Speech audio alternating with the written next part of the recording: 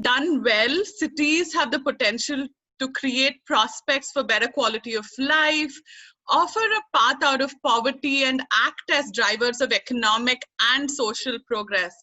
But if we don't embrace the right policies and design ideas, rising inequality, exclusion, and ecological destruction in our cities can derail the development progress. And the COVID-19 pandemic, which has been disrupting our world and our communities and cities, has especially highlighted the fractures in our society because we've not really built well. And I hope that this crisis can offer all of us to build back better.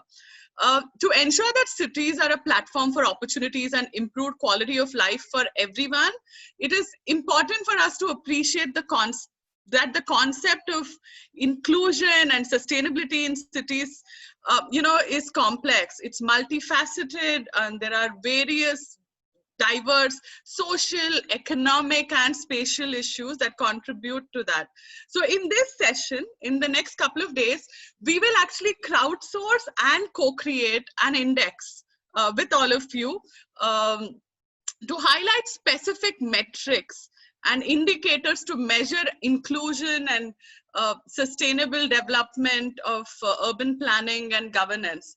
And at the end of it, we'll also invite all of you to hashtag take action for cities and develop your own citizen manifestos for your own city and neighborhood with specific ideas for action.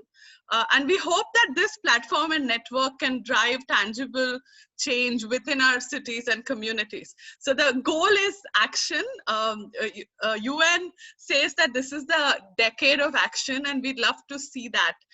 We don't want to be just a talk shop, and developing an index together over the course of the next 2 days is the first part of that agenda.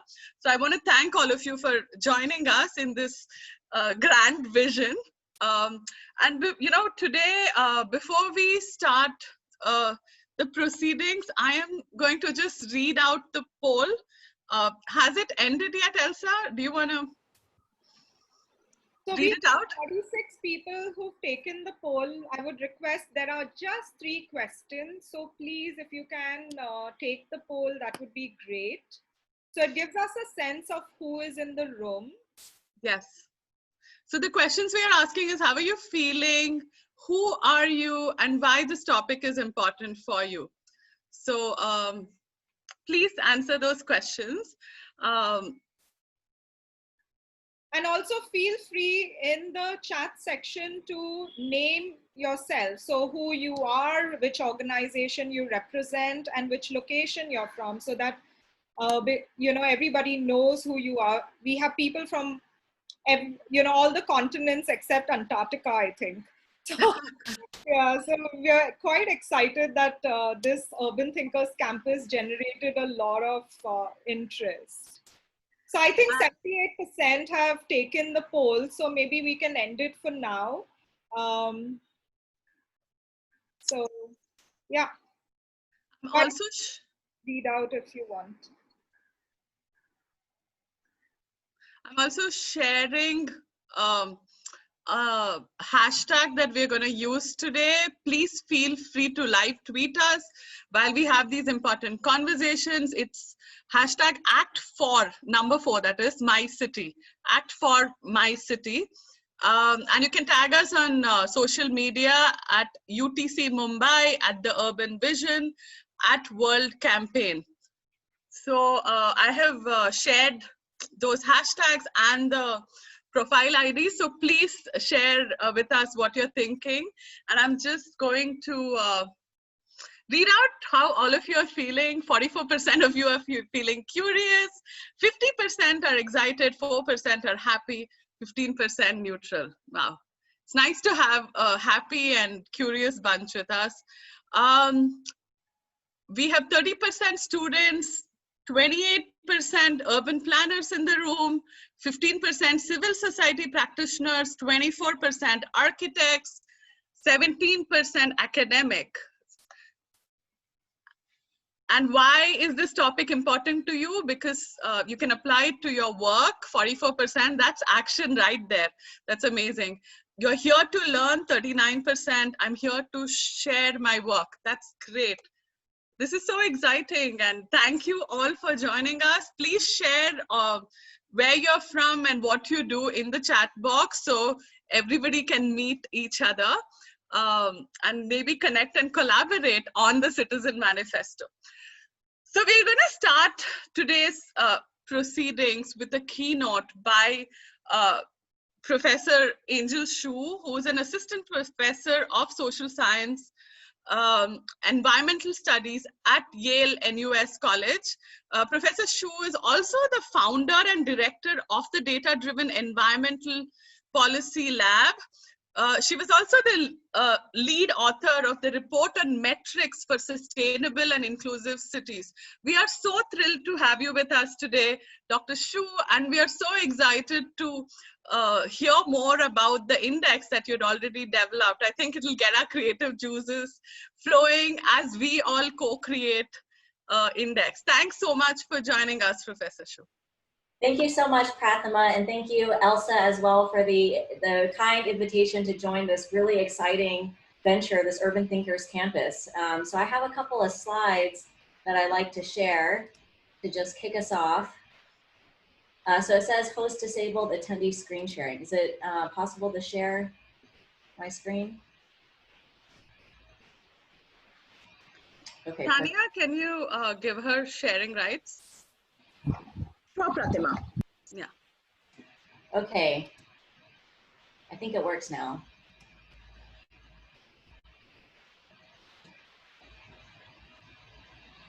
And you can see my screen? Yes, we can. Okay, perfect. Well, as Prathama mentioned,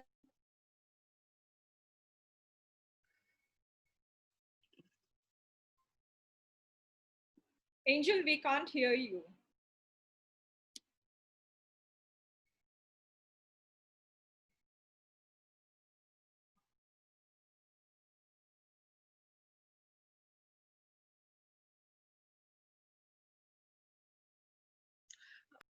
We can't hear you. Are you on mute?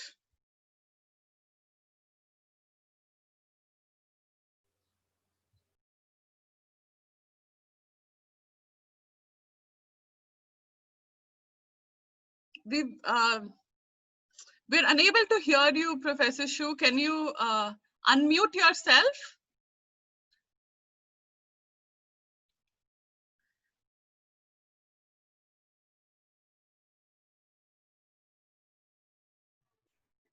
I guess there is some issue with her microphone because she's not on mute. Yeah, we've suddenly lost your voice.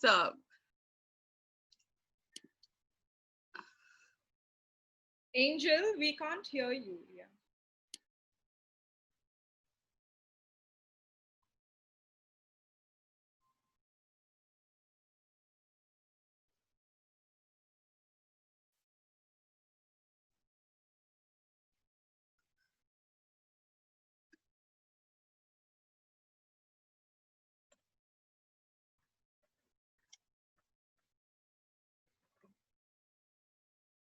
Okay, while we sort out Professor Shu's audio issues, I just want to say the hashtag that we have this evening is Act for My City. And we are asking you to share if you can, share a picture of yourself in your neighborhood maybe, and share an agenda, the most important agenda that you have for your neighborhood. And the hashtag is Act for My City. You can tag us as well at UTC Mumbai, at the Urban Vision, at the World Campaign.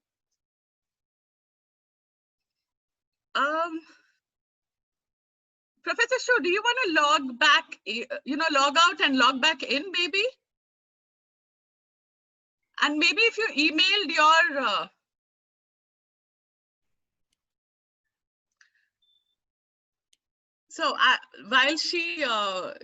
while we sort out this mute technical issues that we have to face with this new digital public square that we all have.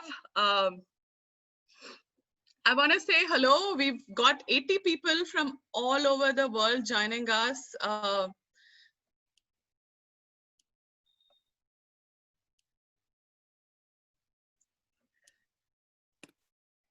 And I know all of you are sharing where you're from. If you've not already done this, please rename yourself on your screen and add the number 1 for work if you're interested in entering the women friendly city breakout room, 2 for child friendly city, 3 for LGBTQ plus city, 4 for disability friendly city. So we know where to send you after the fireside chat is over. So I think Professor Shu is back. Can you hear me now? Yes, we can. Okay, so I have you on my phone, and then I'm going to try to share my PowerPoint again. So hopefully it doesn't malfunction. Can you see my screen? Yes, we can. Okay, I'll just share it like this because it seems like when I try to go full screen, it completely froze. So I'm sorry about the technical difficulties.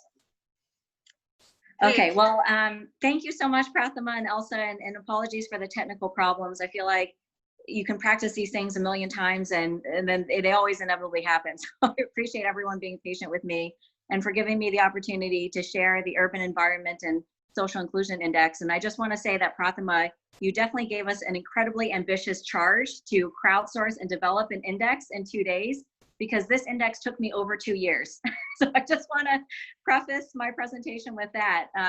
So my area of expertise is in environmental performance measurement, and my group, as you may have taken away from the name, we seek to apply data-driven approaches to understanding environmental issues at the intersection of primarily climate change and urbanization. And so today I just want to talk through a little bit of this index and some of the key findings, and hopefully to spark some conversation about how we might measure sustainable and inclusive cities. So as you all well know, we're now living in the urban century where we've crossed this threshold of more people now living in cities than in rural areas. And so there's been a lot more focus globally on the role that cities can play in helping to drive the global sustainability agenda. I wanted to show some of these photos from photographer Johnny Miller, his Unequal Scenes project, because they provide such striking visuals of what we mean and by the need to provide for sustainable and inclusive cities. So this is an image here of Mexico City, and you can see that you have really wealthy suburban neighborhoods juxtaposed on the right next to much more informal settlements on the left. And so these types of disparities call into question differences in environmental exposure, because if you can see, there's a lot more green area and green space on the right-hand image and not as much on the left. And so that can pose different environmental risks to those populations who are living in more dense settlements with less green space and cover. Here's another image as well from Mexico City, and you can see again on the right-hand side, much wealthier neighborhoods have these tennis courts, and that's just juxtaposed with the informal soccer pitch on the left-hand side of a less wealthy neighborhood. So just this thin road separates these two areas. And so some of the other questions that we ask as part of this initiative is who has access to environmental amenities such as clean air and access to green space and sustainable transit. And then this is another image here of Johannesburg in South Africa, and you can see again, you have these informal settlements on the left, right next to these much wealthier suburban estates on the right. And so how can cities help to achieve both equitable and inclusive growth? Because clearly from these images, we see that there are a lot of disparities at present. And this is one of the goals that Sustainable Development Goal 11 seeks to apply universally to urban areas all around the world. And they've set a series of environmental targets that you can see here in this column. For example, by 2030 to ensure access to adequate, safe and affordable housing, sustainable transit, reducing the adverse per capita environmental impacts of cities, including air quality and waste management, So there's a series of environmentally related targets encapsulated in Sustainable Development Goal 11 and a series of indicators such as pollution levels and proportion of the population that has access to sustainable transit, for example. But when the UN passed these development goals in 2015 and set this target for cities to be sustainable inclusive, one of the major gaps was in terms of data. So how are cities to actually measure performance on these particular indicators and targets? There wasn't a clear directive and a set of information or data available for cities to actually make this sustainable development goal into action and to be able to track progress on how they're doing on these various indicators. And so this really served as the starting point and the motivation for this project, the Urban Environment and Social Inclusion Index. And also for 7 years at Yale, I had run a project called the Environmental Performance Index, and it was focused on countries. And for many years of doing this project and ranking how different countries were performing on environmental issues, I came to realize that one number representing a nation's environmental performance wasn't really reflective of conditions on the ground. And so in order to do that, we have to really go into cities where most of the population lives within countries. And specifically at the same time that I was developing these ideas and realizing the need for more detailed and specific indicators for where people actually live, and not just one number that's somehow supposed to represent all environmental conditions for people living in a country, the Sustainable Development Goals were developed. And looking at these indicators, it's very clear that there wasn't any available data to really measure on a very detailed level how cities were to achieve these goals. And so we started out then in a very similar process actually to this Urban Thinkers campus to convene experts on a range of environmental issues, including environmental justice, air pollution, sustainable transit, tree cover, for example, water, to say, okay, if we were going to develop this index, then what are the key issues that we need to consider, and where would we get data in order to then help cities measure their progress towards Sustainable Development Goal 11. We also worked with C40 Cities for Climate Change Leadership to work directly with cities to figure out what measurement needs they had and what questions they had regarding Sustainable Development Goal 11, and where they saw really the needs on the ground for more data to help to understand whether or not certain policies to address air quality or green space, for example, were actually being effective. And then we developed a set of design principles, which I think will be the bulk of the breakout for this evening, which is, okay, if we're going to actually measure sustainable and inclusive environmental cities, how do we actually want to go about doing that? And one of the principles that we implemented for ourselves was actually the goal for all of our indicators to be spatially explicit. And that's because we know that people do not live unidimensionally within cities. And those images that I showed from Johnny Miller illustrate exactly that. You could have one resident of Mexico City that has a very different lived experience than another person, even if they're neighbors. And that's what these images really, I think, take home for me, that message that we can't just have numbers and indicators and metrics that claim to represent the reality for people living within a city. And so as much as possible, can we get data that is spatially explicit and attuned to these differences? And how do we measure that? How do we measure these differences and summarize them in a way that resonate for both individuals, but also for policymakers, and to draw attention to these real differences that people are experiencing in terms of their access to environmental benefits and their share of environmental burdens like pollution, heat stress, lack of water, for example. And then the last big part of the exercise was to actually collect the data. Where do we actually get data to measure these indicators? And I think that's also a challenge in developing indicators. You can have very grand ideas and visions of what you want to measure and include in an index, but then when the rubber meets the road and the reality really hits, then you have to say, well, how do I actually get data? And so often an index and indicators are a compromise between these two. What the science says is absolutely essential and critical to measure for environmental issues, for example, or what society deems important, and then also what you have data available for. And so at the end of the day, what we did was a compromise between the two. And as much as possible, using satellite remote sensing, where we can get essentially global coverage and also calculate indicators on a neighborhood by neighborhood scale. And also using crowdsourced data sets, for example, from OpenStreetMap, that leverages the power of individuals to also contribute to these important issues. And so at the very end, we started with, and this is probably what your list of indicators will also look like over the next 2 days. We had this huge list of maybe 100 indicators that we and also experts in the cities that we worked with and we consulted said that we should be measuring. And so things like recycling rates and municipal waste and solid waste treatment, and all these things we really wanted to be able to measure. But because the rubber, again, has to meet the road, we ended up on these 5 categories. So air quality, climate change, water and sanitation, the urban ecosystem, and transportation. And within these 5 categories, again, we had to narrow down, and we only got to these 10 indicators here that we have on this slide. And the initial pilot index, we only started with about 30 cities. But then in the second round, just this past February, we were able to add over 130 more. So now the index includes 165 cities around the world. And we really wanted to try to be as representative as possible. So selecting at least 1 city from every country that had data available. And then also, as much as we could, a mix of capital versus non-capital cities. Because early on in the feedback, where we had major cities in the US, such as New York City and Los Angeles, people were saying, well, wait a second, cities that are in transition, like Detroit, for example, and Atlanta, these are also really critical cities to measure.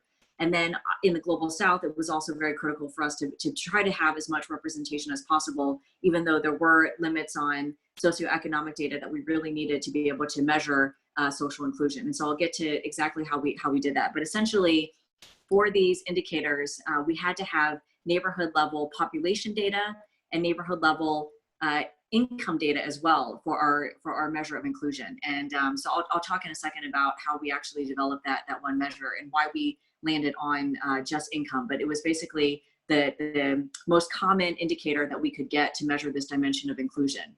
And then the rest of the data, a lot of it we could get from satellite remote sensing. So at the end of the day, what we get is, this is one of the city dashboards that you can access on our website, datadrivenlab.org/urban. So for every one of the 165 cities, we provide an interactive map of every city and its neighborhood, and you can examine the different indicators for the different cities.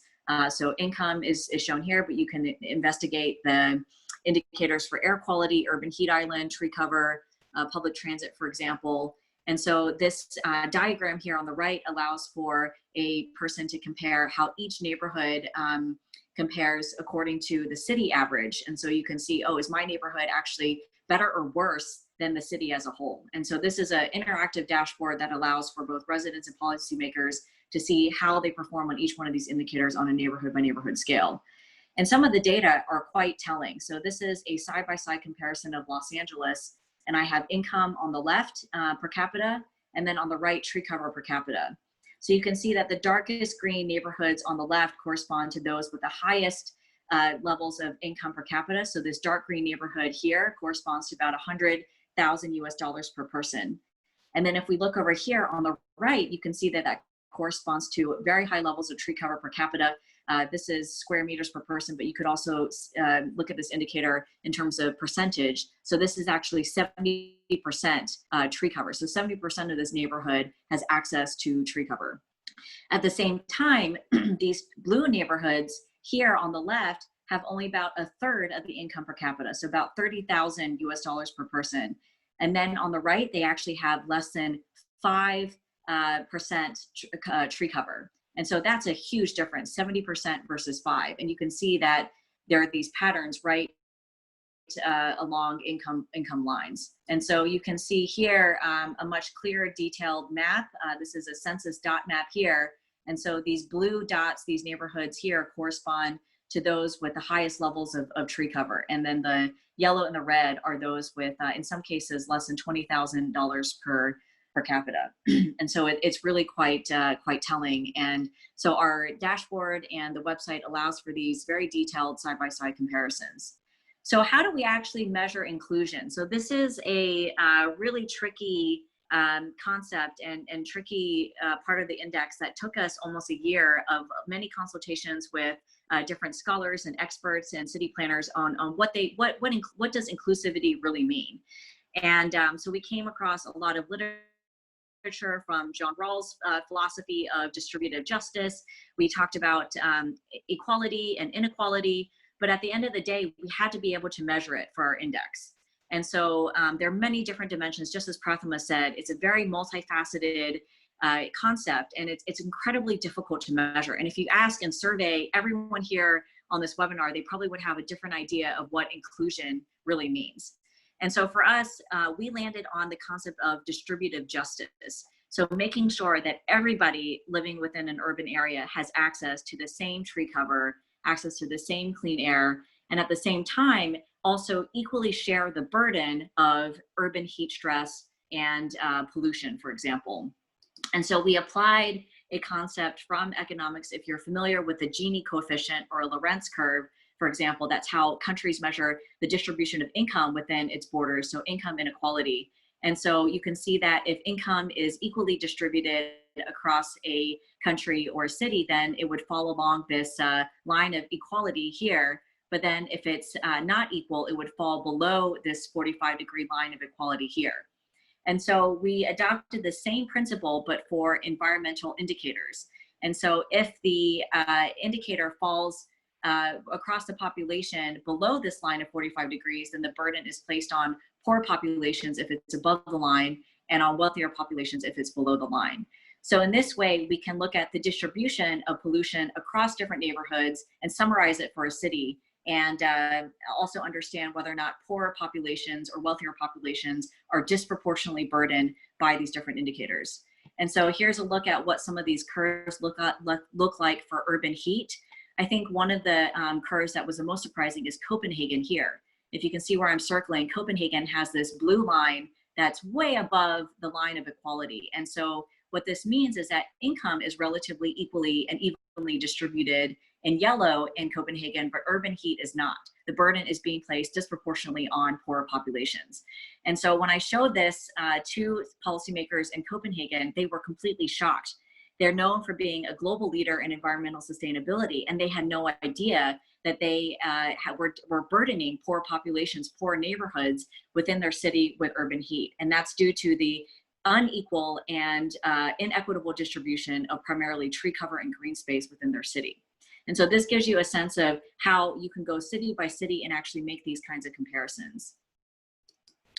And so we can also summarize where different cities are located on these quadrants. So if they are in this bottom left-hand quadrant here, this is where income is allocated, where environmental outcomes are allocated to the lowest income earners. So this is this bottom quadrant here, 3, really anywhere on the left is where the lower income earners are disproportionately burdened with environmental harms. And then over here, this quadrant 2 is probably where the best outcomes are being allocated. And so when we place every single city and we evaluate every single city and their performance on these indicators, what we can see is that most of the cities fall here on the left. And so Copenhagen is right here.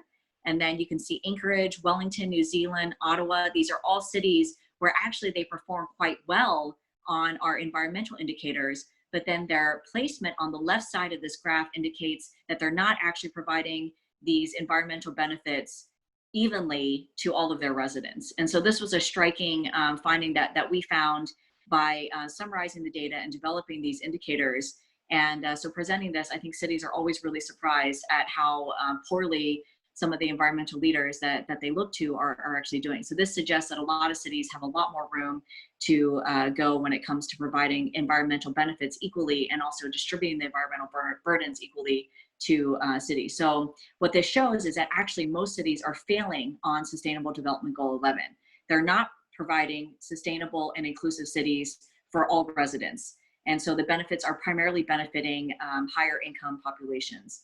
And so I would the last 2 slides I want to show are just discussing some of the limits of this approach. So you may be asking, well, Prof, what about the fact that there are many different aspects of inclusion that you're not measuring? You're only looking at income. And you're absolutely right. There are a lot more issues, gender, age, disability, for example. All of these dimensions also can result in different disparities in terms of environmental exposures, but we don't have that level of detailed data for every single city around the world to be able to measure them. And so that's one of the reasons why We had different students and interns that have been doing very deep dives into their own cities. And we had an intern 2 summers ago who did this amazing feature on the urban heat island effect in Montreal. And so she developed this susceptibility, the sensitive map here. And you can see she has much more detailed data on how susceptible different populations are within Montreal to heat stress.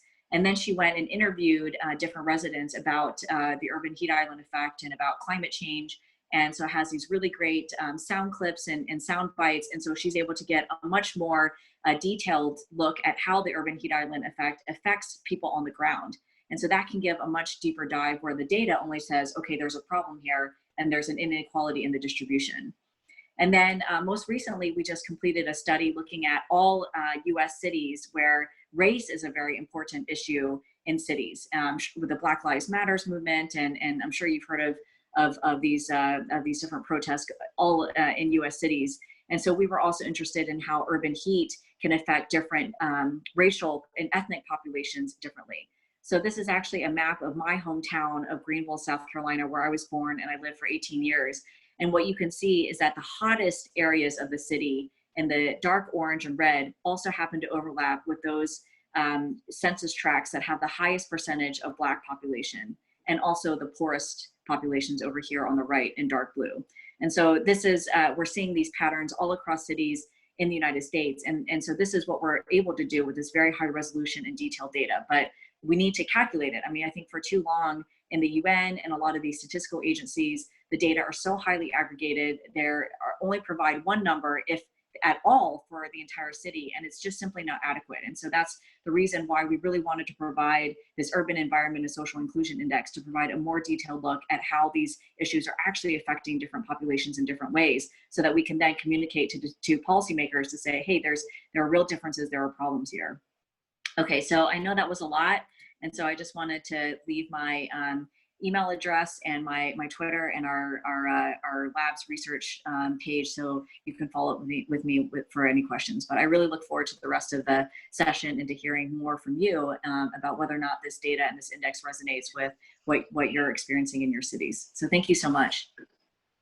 Professor Su, thank you so much for that. I think it's fascinating to see the intersection of environmental and social inclusion with your presentation. And I was blown away by the fact that even if you made to the list of the most livable city like Copenhagen, within those city geographies, you might have a very unequal kind of context. So I think data-driven approach to thinking about our cities is so crucial. So I want to thank you for really visualizing for us why this is so important. And I want to say that if all of us are going to make change in our cities, it's going to be more about politics than just technical issues.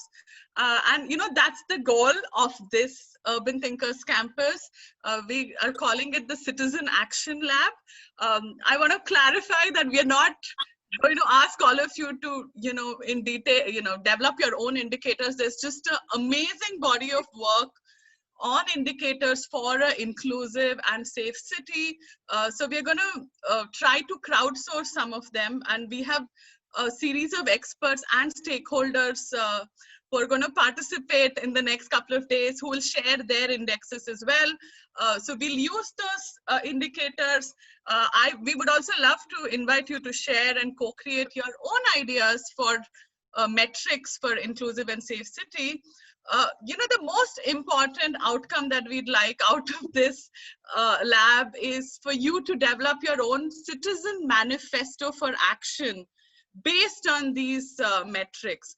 I think this is crucial for us to push local governments and politicians to develop on the, to deliver on the agenda of inclusive and safe cities, because you can specifically kind of demand from your political leadership and governments on policies and these investments in infrastructure in your cities to reduce these inequalities and to improve well-being and health of everybody who lives in the city. So that's what we're attempting to do with this session. And I am so grateful to kind of have people like Professor Shu and others who've actually thought about this in detail. And yeah, thank you, Professor Shu. Elsa, should we invite our other experts and kind of dig deep into this issue?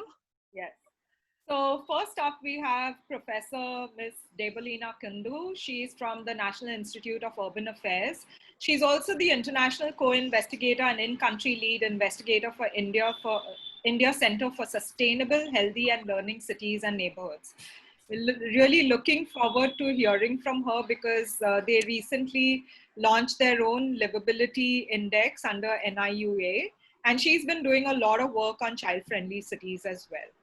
Ms. Debalina, the floor is yours. Thank you so much, Elsa. I would like to take this opportunity to thank the hosts and also to take this opportunity to congratulate Dr. Shu on this excellent initiative to study urban environment and social exclusion through an assessment of 30 cities globally at the neighborhood level. I think the keynote address by her very clearly brought out the fact that data-driven governance is the key to safe and inclusive cities, and also attainment of SDGs in particular, and also those related to no poverty, zero hunger, good health and well-being, quality of education, gender equality, clean water and sanitation, inclusive and sustainable economic growth, reduction of inequality, among others. I think data is cross-cutting across most of the SDGs. And unfortunately, Indian urbanization, I have been working in this space for the last, over the last 2 decades, and Indian urbanization is essentially exclusionary in nature. We have over 17% of the population living in slums. And also, although the poverty levels have come down, I think disparities among states, amongst cities and within cities at the micro level is increasing very fast. And that has been aggravated by the current pandemic and lockdown situation, which is there all across the globe. But particularly, I think India has been hard hit both from the health perspective and also from the perspective of economic slowdown. Also, India is currently at a very nascent stage in digital governance. As most of you must be aware, India took important steps to usher urban governance and institutionalize the 3rd and 4th tiers of governance through the 74th Constitutional Amendment Act. Thereafter, the Jawaharlal Nehru National Urban Renewal Mission, launched in 2005, tried to institutionalize urban governance through a set of 23 reforms, both at the state and city levels. Cities for the first time were required to prepare city development plans based on city level data. Currently, the Amrut and the Smart City missions also require cities to report on various parameters at certain regular intervals. But this effort has been essentially limited to 500 cities, which includes 100 smart cities as well. And the remaining 7,500 odd towns and cities have very weak systems of governance. And here again, we see exclusion of the entire large number of cities here. Again, the government of India launched the initiative of creating livability standards in 100 cities under 4 pillars, namely governance, social indicators, including identity and culture, education, health and safety and security, economic and employment related indicators, and physical indicators, including housing and basic amenities, inclusiveness, open spaces, transport, water supply, wastewater and solid waste management, and reduction of pollution. I think these indicators are out there on the website. If anyone is interested, you could take a look before you finally finalize your set of indicators over the next 2 days. Unfortunately, all cities do not have the competence and necessary infrastructure to collect and report on most of these indicators at a standardized scale. Data is generated by various departments of the municipal authorities and parastatal bodies and various other private agencies associated with service delivery. However, systematic data gathering is still lacking in most of the towns and cities. We have also the official census in every 10 years and data, sample data from the National Sample Survey, National Health and Family Service data, the National Achievement Study Survey on Education, NCRB on crime at regular intervals. However, granularity is lacking in most of these data sources.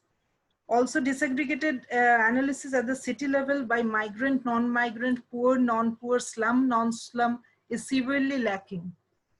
We recently completed last week a study supported by Unicef on children and adolescents in urban India.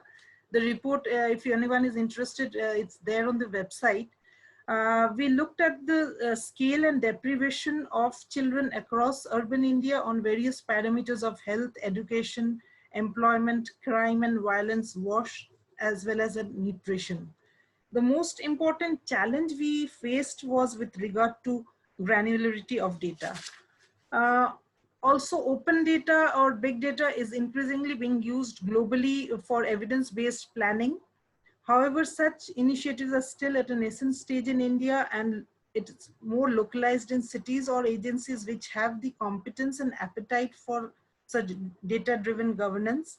And an important challenge which we are facing, I think you all will agree, is the lack of awareness with regard to climate crisis, be it at institutional level, policy level, or at individual level.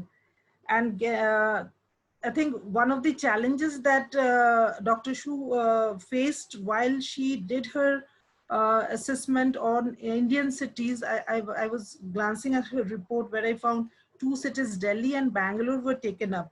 And for most of the indicators, data at the neighborhood level was not available. Because in India, we have data at the ward level, that is the micro unit at the city.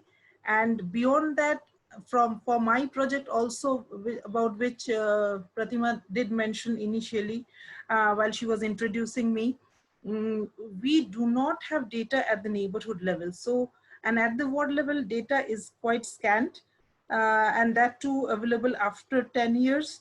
So this is one of the major challenge we are facing just now. And I will come back later. Thank you so much for this.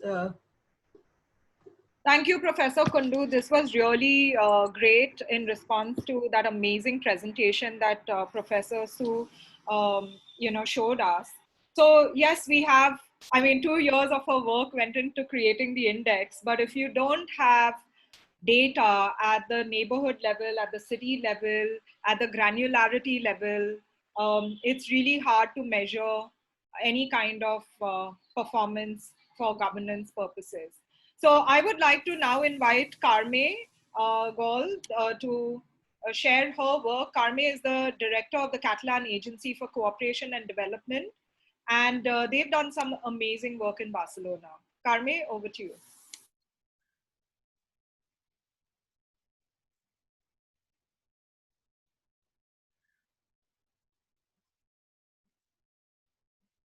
Carme, you might have to unmute yourself.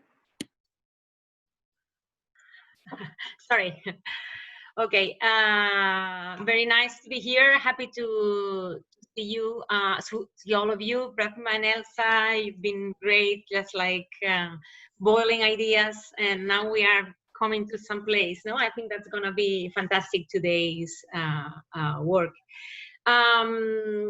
Well, as you know, we have this kind of both sides because I'm now in cooperation department, but I used to be in technical, in urban planning in the city of Barcelona. So I have this kind of both sides of the story. It's like, you know, yeah, I can think about being a citizen, but also being a public servant or public administration. So as Pratima was saying, it's great to have index and indicators, but you need public administrations that really believe that things can be changed through the information they get. Otherwise, it's like gonna be, you know, frustration, and it would be worse, the results. So I think that's very, very important to be very clever and try to go exactly where we want to go.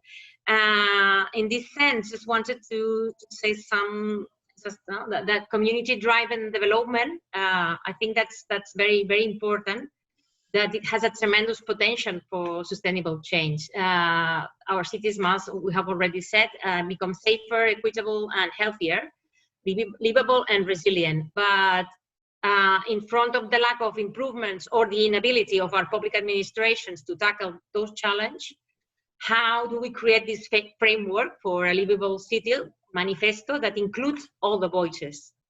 The citizen engagement at the local level implies finding ways of getting people together and co-create the solutions.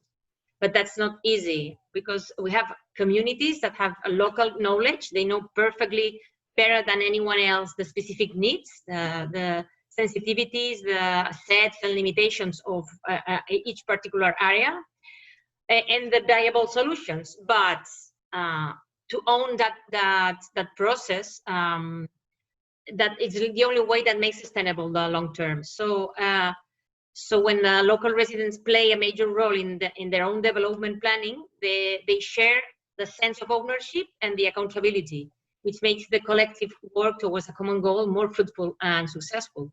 And I had some kind of images of 30 or 40 years ago from Barcelona, from the first citizens demonstrations asking for basic services in Barcelona, but it's okay, I'm not gonna go through that, but I think that's very important. So it's some kind of, you have to create this habit, you have to create some kind of knowledge and people involved that must be very committed and just go for this kind of asking the public administrations. But I think that COVID just made us just a little shift. It's been, I think it's accelerating this kind of transformation. So we have to rethink the political and technical governance structures in the municipalities or in the regional governments, because the remote working has changed a lot of things. So we have to change also the model of providing public services. So the new data and indicators that not all cities possess. And I think that the COVID has showed us the inequalities of the city from other points of view. For instance, she was we've seen that in America, but here in Barcelona, we know that COVID affected more in more unhealthy, unwealthy districts of Barcelona. So that's are facts that we mostly knew, but now they are really, you know, seen like true. So, and think about again about which are the basic services that I think that we just at some point we lost the real needs of the people. So we have to make this kind of new governance and consolidate the citizens and community self-management models that have proved to be very useful and helpful during the pandemic and these troubled times. And then also making this kind of different kind of relationship and counting on all different stakeholders, but really on all of them. Because we have seen more discrimination and still a lot of access barriers. So technology and data are going to be very helpful. And just wanted to, I will go further later on, but just 3 ideas after the talk of Dr. Angel Xu. It's asking ourselves if the local and regional governments have the capacity to transform themselves. No. So they need us, they need citizens. So we have to make them realize that fact and go with good ideas to make them need us. Then there's another thing that I wanted to say. It's like technology is key for transforming our societies, but we must be careful. We as citizens can be, in fact, we are already being monitored for not very clear reasons. So we must be in charge. We must find the resources coming from social economy, not big technology companies or things like that, that finally use data for profit. So the same principle just works for public administration. Unfortunately, politicians and civil servants, illiteracy in technology matters gives big chances to companies to sell the products, whatever they are made for, and that usually get obsolete as soon as they are implemented in a city. I've experienced that in Barcelona. So, and then there's another issue that is that we are frightened, scared of technology, and we must mix and mingle different areas of knowledge and center on citizens, on the people's needs. So we must be sure of avoiding inequality, creating safe spaces for all kinds of citizens to participate. So that means that we have to get some kind of, to bridge this digital divide that exists and that can be increased and not diminished if we are not careful. And then there's another thing very important is alliances.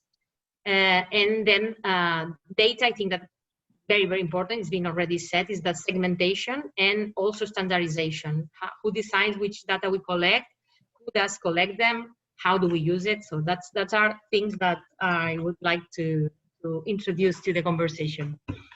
I think those were very valid points, Carme. Thank you for drawing our attention. Technology is feared as well as it is being used in a way that causes fear, but it really can be transformative. And we will see after the break, you know, we have Kalpana, who's from Safety Pin. They do some amazing work. We need more data where citizens know what they want, they have the knowledge for the solutions. Our Safe City crowd map, for example, is based on complete stories of people who've experienced sexual violence. So, you know, how do we collect more of this data, have ownership of this data, have it in the public domain so that we can use it for our own transformation and hold public administration accountable? And so now to help us think through the last bit, we have Arpan Mazumdar, who is technical advisor for the Sustainable Urban Development Smart Cities project, which is being jointly implemented by the Ministry of Housing and Urban Affairs, Government of India, and GIZ, and he represents GIZ India. So Arpan, the floor is yours. Thank you, Elsa. And I would like to thank UTC Red Dot Foundation for giving me this opportunity. I'm trying to turn on my video, but I think whenever I'm turning on the video, it's affecting the audio quality. So is it okay if I keep the video off so that at least you guys can hear me? Sure, sure. Yeah, okay. So first of all, I think I would like to congratulate Dr. Shu for demonstrating the index that she has developed over the last 2 years. And I think, you know, the SDGs, they have a lot of indicators, but from them, this indicator tries to, you know, pick up the crucial elements and try to give a more concise indicator, which is, I think, a very good thing. And coming to the practical issues that we have faced while working with the different cities and states in India, I think I couldn't agree more with Dr. Kundu and Karme that there are 3 issues that are plaguing you know, urban planning or urban development in India. The first is we lack the capacity. In terms of capacity, our cities are not there yet. Like, except for a few of the mega cities or the metropolis, most of the Indian cities, they lack the proper technical official, so who can take a particular scheme or a mission forward. The second is obviously the lack of awareness about climate crisis, which is both at the political level as well as at the administrative level. For this, I think you know, the officials that are working at the city level, you know, they are not properly equipped. And if we can work in that sector to develop their capacity to enhance to make them aware about the different emerging issues. I think that would also be a very good action point, which we can take away from this discussion. And the third one is obviously the lack of data. Like Dr. Kundu and like we saw from the presentation by Dr. Shu, that the neighborhood level data from the Indian cities were missing in the index.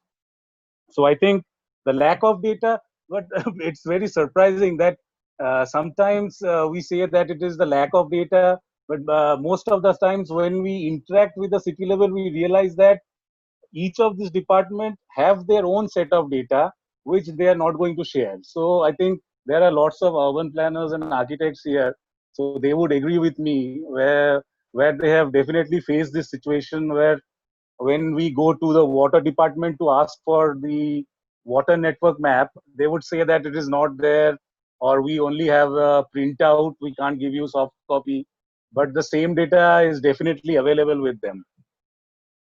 So talking about the projects that we had done, so I would like to primarily talk about the previous project that I was involved with. The name was Inclusive Cities Partnership Program.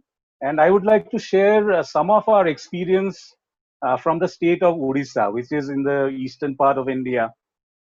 In that project, the main focus were two things. The first was how to give access to affordable housing to the urban poor, and how to integrate informality into the formal planning processes. So while doing the study, there were a couple of things that I would like to point out. Now, as we are all aware that in 2015, the central government announced the Pradhan Mantri Awas Yojana, whose mission is to provide housing to all. And in that year itself, the Odisha government also started a scheme called Awas, which looked at providing houses to the urban poor and also into slum improvement, as well as providing credit for building their own houses. So when we did this study in two cities in Odisha, Behrampur and Puri, we realized that unlike the popular notion which says that urban poor in cities are normally encroachers, what we realize that in smaller cities, this is not usually the case. And urban poor in smaller cities are actually owners of the land. What they lack is, what they don't have is the lack of the right papers. Now, this may have happened for various reasons, like the right paperwork was not transferred after the death of the grandfather to the name of the father and then to the son. And we all know that most of the people who are living in these informal settlements, they are employed informally, and for them spending months and years running after the various departments to get all these clearances is also a very time consuming process and also cost extensive. So one hand they have to spend money to get the proper papers, and on the other hand, they have to sacrifice their job to get the work done. So the main issue is the inavailability of the right papers, and not that they are encroachers. So another issue that we faced while doing this is that we realized that in case of rural development, the revenue department is heavily involved. But when it comes to urban development, the involvement of the revenue department, which is the custodian of land in India, they are not at all involved. So maybe it's time to change that and include them in a more inclusive manner during the planning and implementation of these urban schemes. And this way, the schemes requiring interventions related to land issues, this could be resolved in an efficient manner. Another aspect that we worked on is the issue of rental housing. Now, we all know that in India or across the world, traditionally all housing programs have been targeted towards ownership housing. But in the last couple of decades, due to change of demographics, where more and more people are, moving from rural areas to urban areas, and they are exploring, like even from urban area to people are moving from Delhi to Mumbai, Bangalore to in search of jobs. So where the population is becoming more and more mobile, and the traditional family structure is not there anymore, and therefore it is very important to stress upon the housing for single women, single men, or where 3 or 4 people from different households, they can stay together and do about their business. So like most of us have felt this, that many urban dwellers, we prefer to opt for rental housing because it gives us more flexibility and mobility, and therefore there is need to focus on rental housing to address the housing shortage in India. Now, another fact is that since 95% of the housing shortage in India is in the urban poor segment, I think focusing only on home ownership may neither be affordable nor a viable solution. So I think these are the primary aspects that we worked on, and I think let's discuss further so that I can also contribute in other aspects as well. Let's hear from others. Thank you so much for sharing the kind of the flavor of how tough it is to action some of these agendas on the ground. My first question is that I think we all agree that to make change happen in cities, it's more political than technical, and we need a citizen movement around these themes and subjects. So my first kind of big question is, how do we use these kind of specific indicators to connect to citizens' daily life and outcome? Because a lot of these conversations are had within kind of policy community and urban planning community. How do you expand that room and talk to the person on the street whose lives are affected by this? Professor Shu, how to connect these indicators to citizen outcomes? I think that's really the million-dollar question. And I mean, it's something that I think a lot about in my work, because for me, as an academic, we often think about the scientific quality of a particular indicator, but then, and so, I engage a lot with scientists, as I mentioned, and try to also engage policymakers. But then at the end of the day, it's up to citizens to really take that information and to take that to mobilize change. And so, I mean, I think what I've learned is the first step is to make the invisible visible. And so that's what data can do, right? I mean, when you have some sort of issue that is so abstract, like climate change, for example, data is one way to make it more tangible. And then I think also by providing the kind of detailed data that I think so many of the speakers mentioned is really important to really, I think, reveal issues that affect individuals. I think having that data and revealing differences and disparities, I think, is also really important to mobilize. When people see on a map, for example, they're like, well, why is my neighborhood blue and then that neighborhood is green? And so, why are there these differerences? I think that can help to also help mobilize some change and some conversation. So I've seen that in some of our work where we through our maps, that's started some change. But it's very, I think that's like really like the key. So I would love to hear from others about this particular question. I remember, I saw the photos from Johnny Miller from your presentation, and I think it's so vivid how unequal our cities are. Debelina, how do you view this? How can we connect some of these indicators to citizen outcomes and in a way kind of catalyze citizen action around these themes? I think this is a very important topic or an issue which we need to address. And the project about which Elsa spoke while introducing me, Sustainable Healthy and Learning Cities initiative, which has been hosted by the University of Glasgow. And we are a consortium of 7 countries, which includes India, China, Philippines, Bangladesh, Rwanda, Tanzania, and South Africa.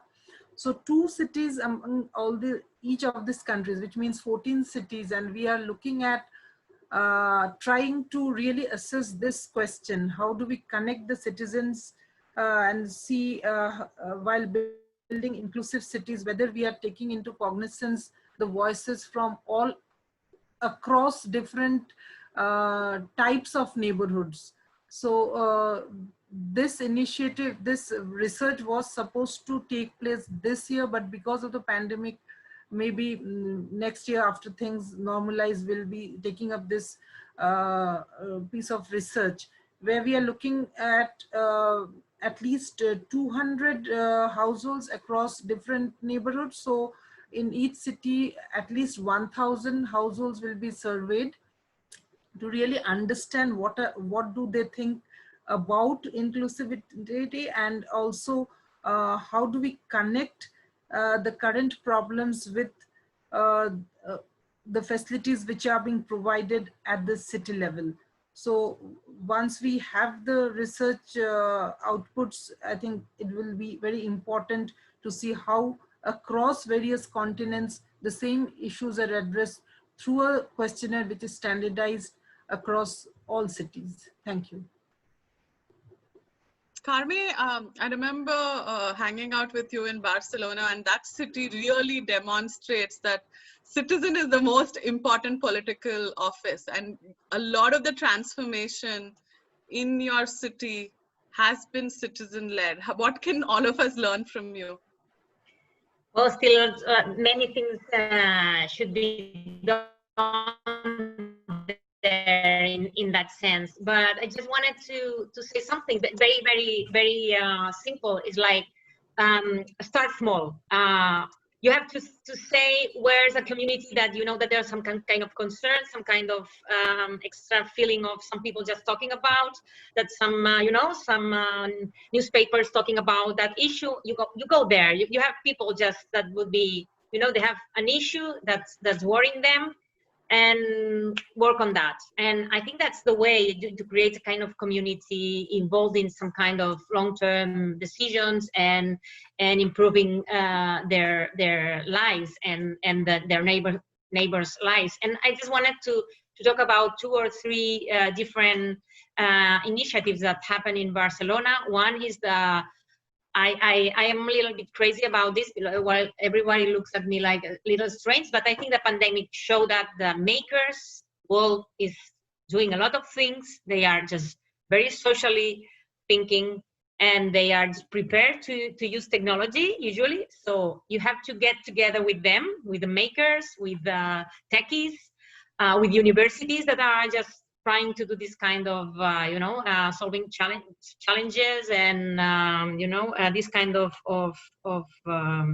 things. And I think that the Fab Lab in Barcelona, they just had a project that was called, I don't want to say that, it was a Smart Citizen. I will share the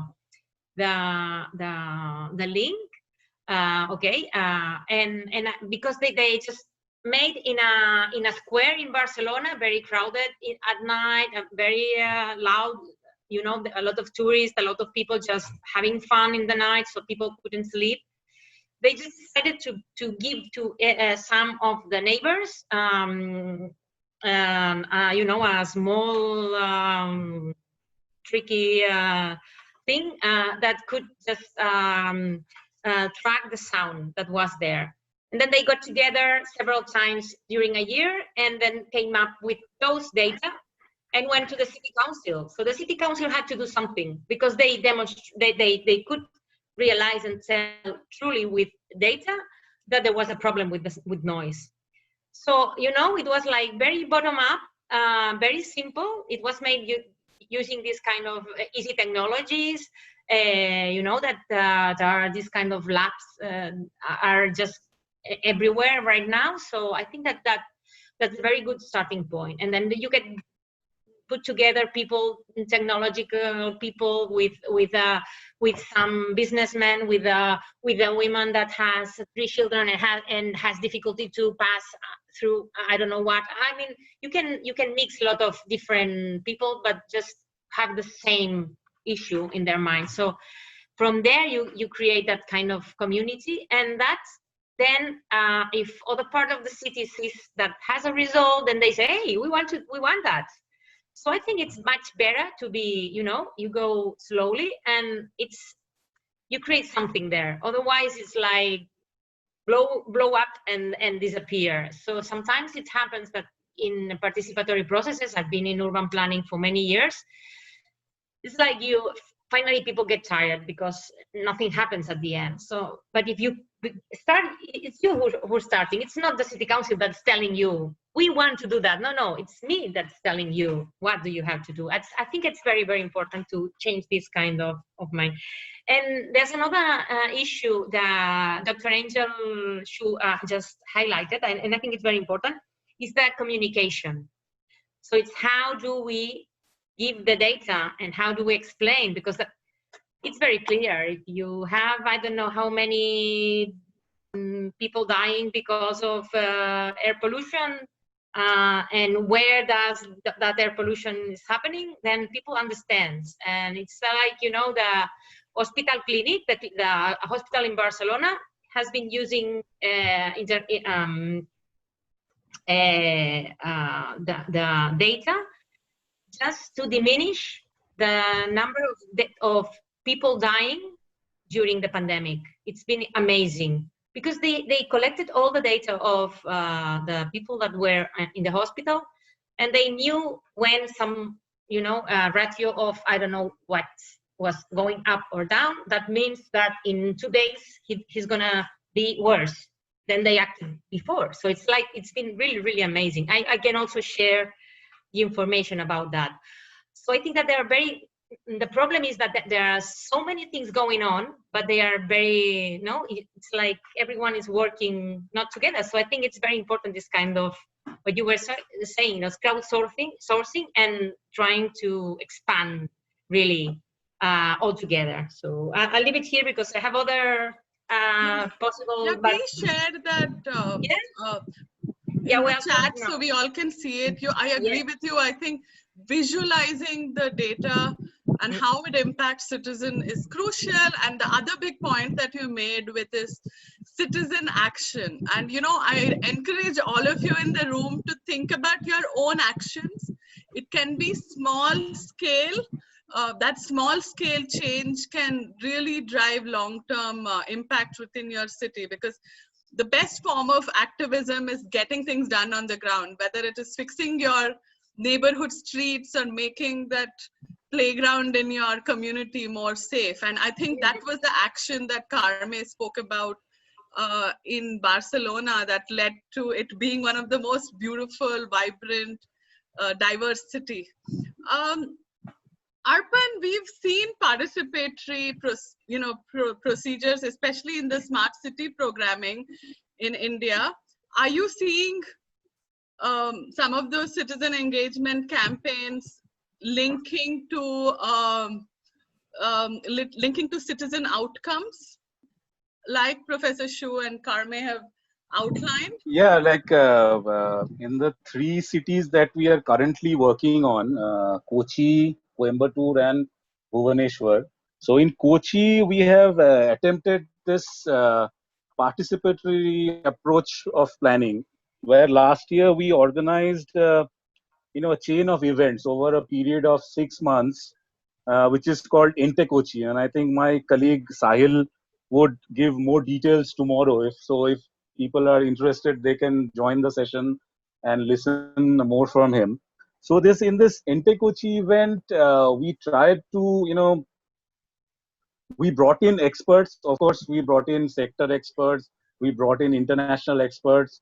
But what we primarily did is we opened up an exhibition in the Fort Kochi area, and it was kept open for months, so that ordinary citizens, walking past that auditorium or something, people could just come in, and look at, we had created a physical map where people could, walk through the city and locate their neighborhood, and then they could pinpoint that in their neighborhood they had the issue of, say, solid waste management collection or water logging. So that was kind of a, data, crowdsourcing of data that we did. And at the end of 6 months, we assimilated all the data and we presented it to the corporation.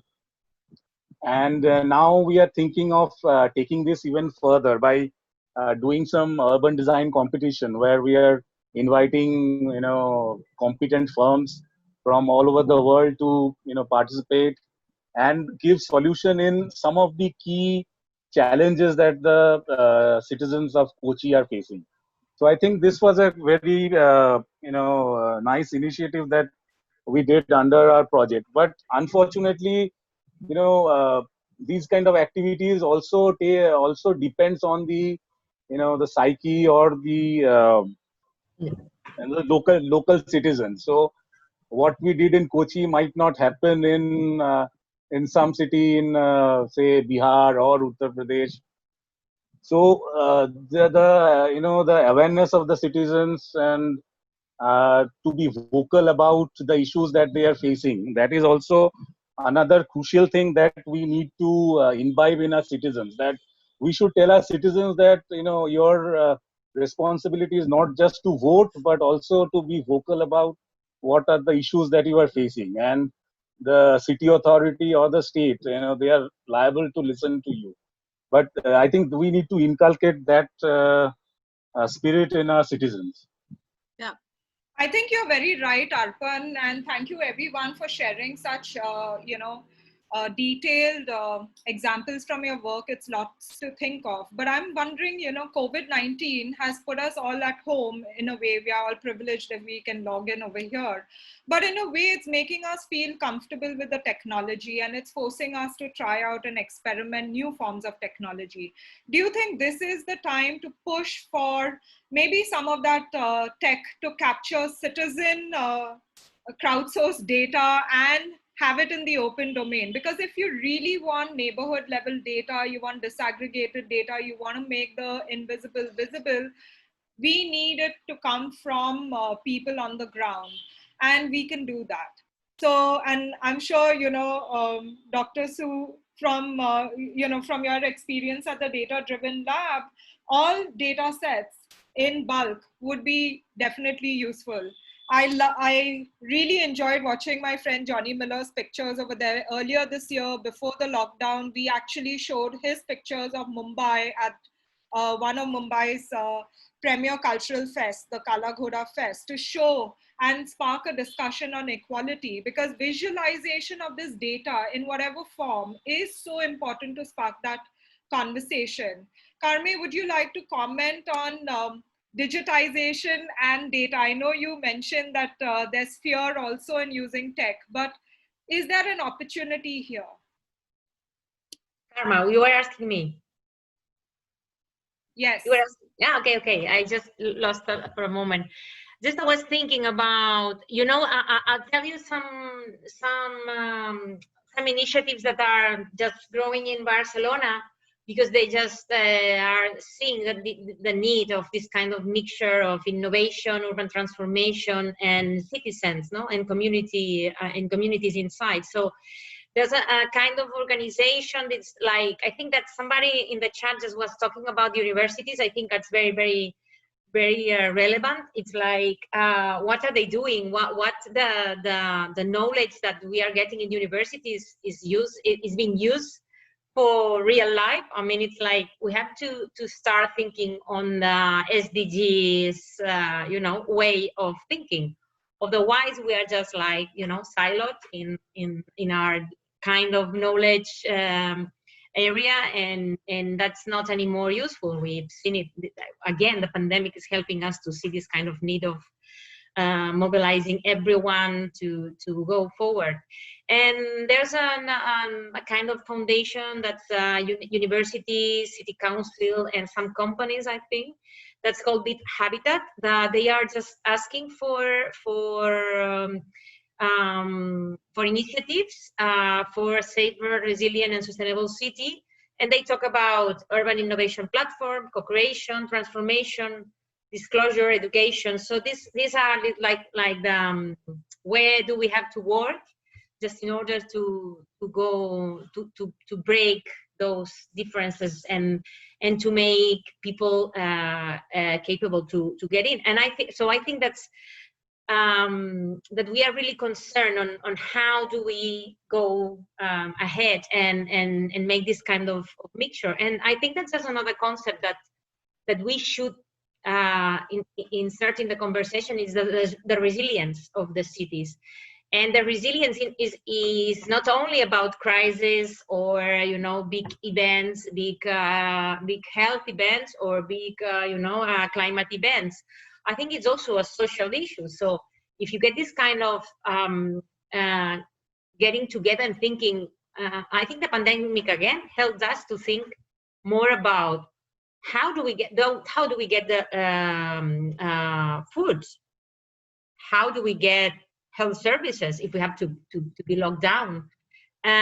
So that just makes us think really we can come from very small to a bigger picture, and that's very, very I think it's easy to make this visualization of what it means for me, the SDGs. It's like, wow, it's food, it's health, it's why if I live here I may get sick before than somebody in another place in the city. So I think that we have to focus on that. And then wanted, I'm sorry, I'm going like up and down, but so many ideas that I want to express. Is like there's an organization called City Beats that work with the Inter-American Bank to get information. Basically, we have a lot of data. Sometimes we ask for data to the municipalities, but it's not municipalities sometimes who have more data. For instance, Barcelona is getting a lot of knowledge on what do they do the tourists through the visa information. Visa or MasterCard, whatever. You know how many times you have been having lunch someplace, if you've been 2 days in Barcelona or not.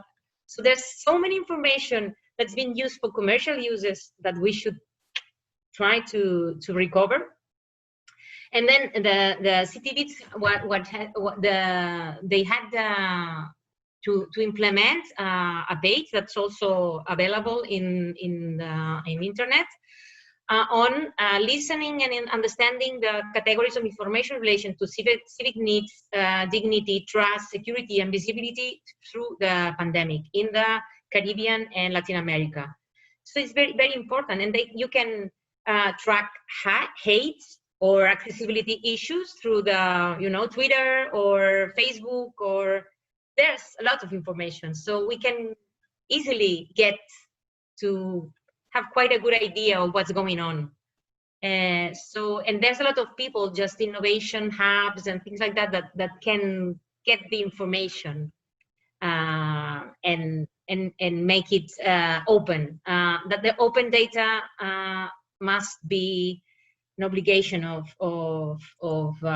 public administrations, and it's not easy. So it's Barcelona, it's there, the government of Catalonia, it's there, but still it's very difficult because there are like a protection of data, the personal data have to be protected, but then you have to give the information. So it's a lot of work, just,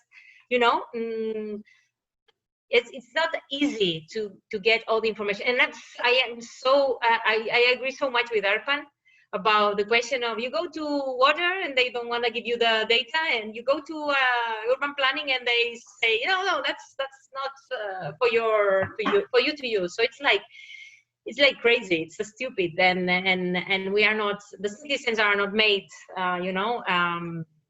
department by department, but it's unfortunately it's like still some kind of that. It's the municipalities. And just one last idea. It's like UCLG, the Organization of Cities, it's a world organization. I think that a lot of Indian cities probably there, they are working on this kind of localizing, creating indicators. How do we get the communities involved? How do we get to the discussion on states level, because they are not letting us in and we have a lot of things to say.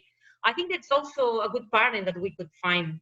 So UCLG is one of, because they are just an organized platform of cities from around the world. So I think it's a good also way to get data and information. Sorry. Thank you, Carme. And you know, the discussion is going to continue. We are going to take a 5-minute break.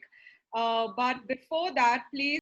So I want to thank our previous speakers, Dr.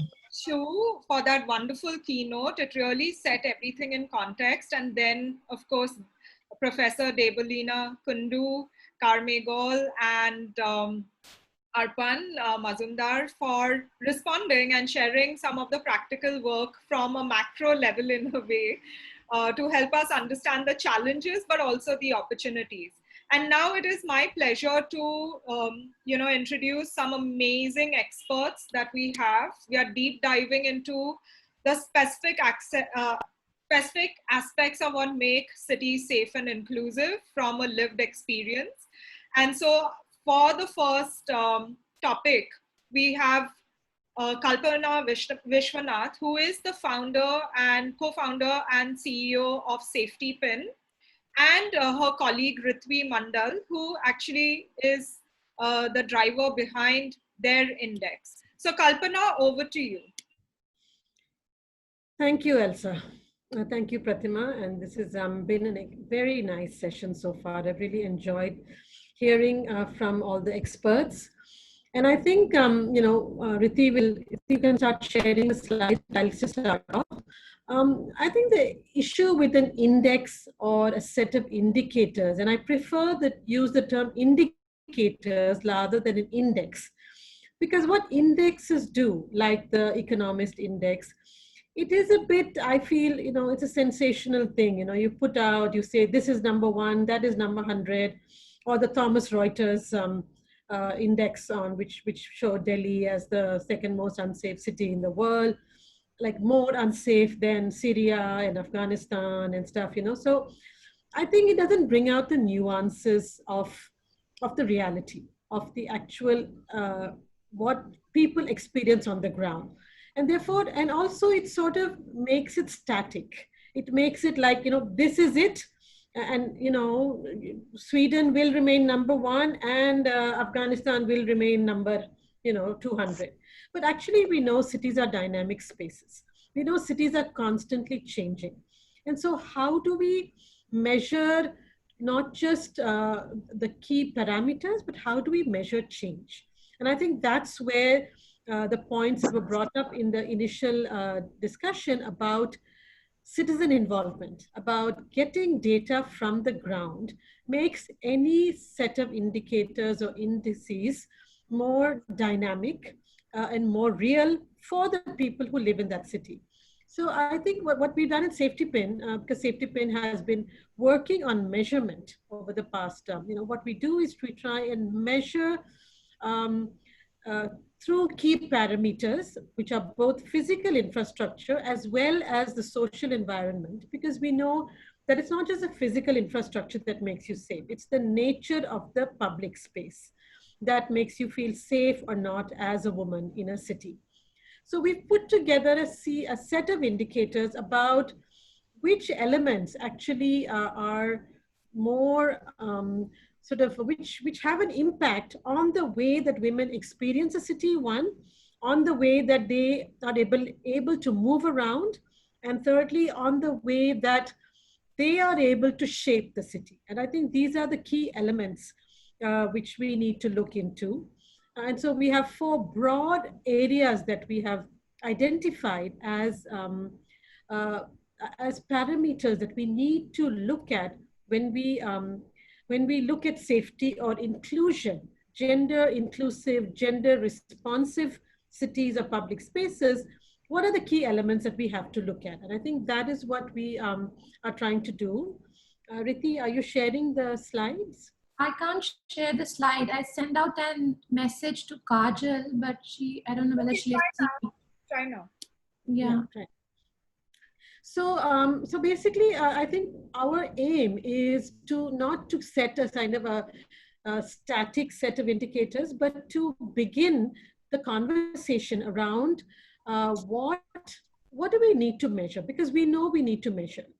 The one problem which was also flagged in the earlier session was that sometimes we know what we need to measure, but there is no data to measure it. So therefore, in our set of indicators, we've looked at the key elements, but we are also very cognizant of the fact that there is not enough data on some of these indicators, especially in countries like India, where data is not so freely available in the public domain. Secondly, even some big data sources are not available in all countries. So how do we, there's a lot of inequality in data. There's a lot of sensitivity in data, and data is not neutral. It also depends who collects the data, how is it collected, and who is it collected for? What is the purpose of the data collection? So I think based on that, I will hand over to Ritu to share the actual data that we have designed as a starting point. And we are very excited about the idea that, it will be discussed in smaller groups, because it will help us flesh out these indicators in a more meaningful way. And full recognition that, some of these indicators, it will take a while before we can get data on them. But we do not think it's that you throw out the indicator because you don't have data. You have to begin to look at innovative ways of actually collecting the data, and that can be through crowdsourcing, that can be through technology, that can be through bottom-up methodologies, that can be through participatory ways that all the speakers before us have been speaking, which we really believe are very, very central to actually making an index or a set of indicators meaningful to the city. Just saying that we are number 1 or we are 20 is not meaningful unless the citizen experiences that particular set of indicator in her life. And I'm not sure why Smriti is still not. I'm not able to share it. She has made you also co-host. Okay, let me share it then. I'm really sorry. I will open it, but why don't you just start speaking while I just open it. I can do that. So as Kalpana mentioned, we made these guidelines for an index for gender-friendly cities. And these are a set of guidelines which says that if ever an index on gender-friendly cities should be made, these are some of the very important indicators which should be included in that index. So as Kalpana also mentioned, that there are these there are these 4 categories we had divided this index into, which was looking at the built environment, looking at public infrastructure, looking at public transport, and pedestrian safety. Personal safety, looking particularly at pedestrian safety. So within these 4 kind of broad sections, we were looking at each section has a set of indicators. It is not an exhaustive list, but as I said, that this is probably these indicators. Are you able to share, Kalpana? I'm trying also. I don't know what's the problem, because it is important that we are sharing. I am sharing, it seems. Can you see it? We can see it, but it's in your mailbox. So okay, now. Okay, this is it now. Can you see it? We can't see your slides. We can see your mailbox. I'm going to share again. Yeah, okay. Now can you see it? Yes. Yes, yes. You can go down to the 4th slide, Kalpana. Thank you. This one. Yeah. So these are the 4 categories which we thought that should be looked at in case you or whoever wants to build a gender-friendly city index. And as I said, they are on the built environment. So looking at land use and built use, it is on public infrastructure, it is on public transport, and it is on personal safety, particularly looking at pedestrian safety.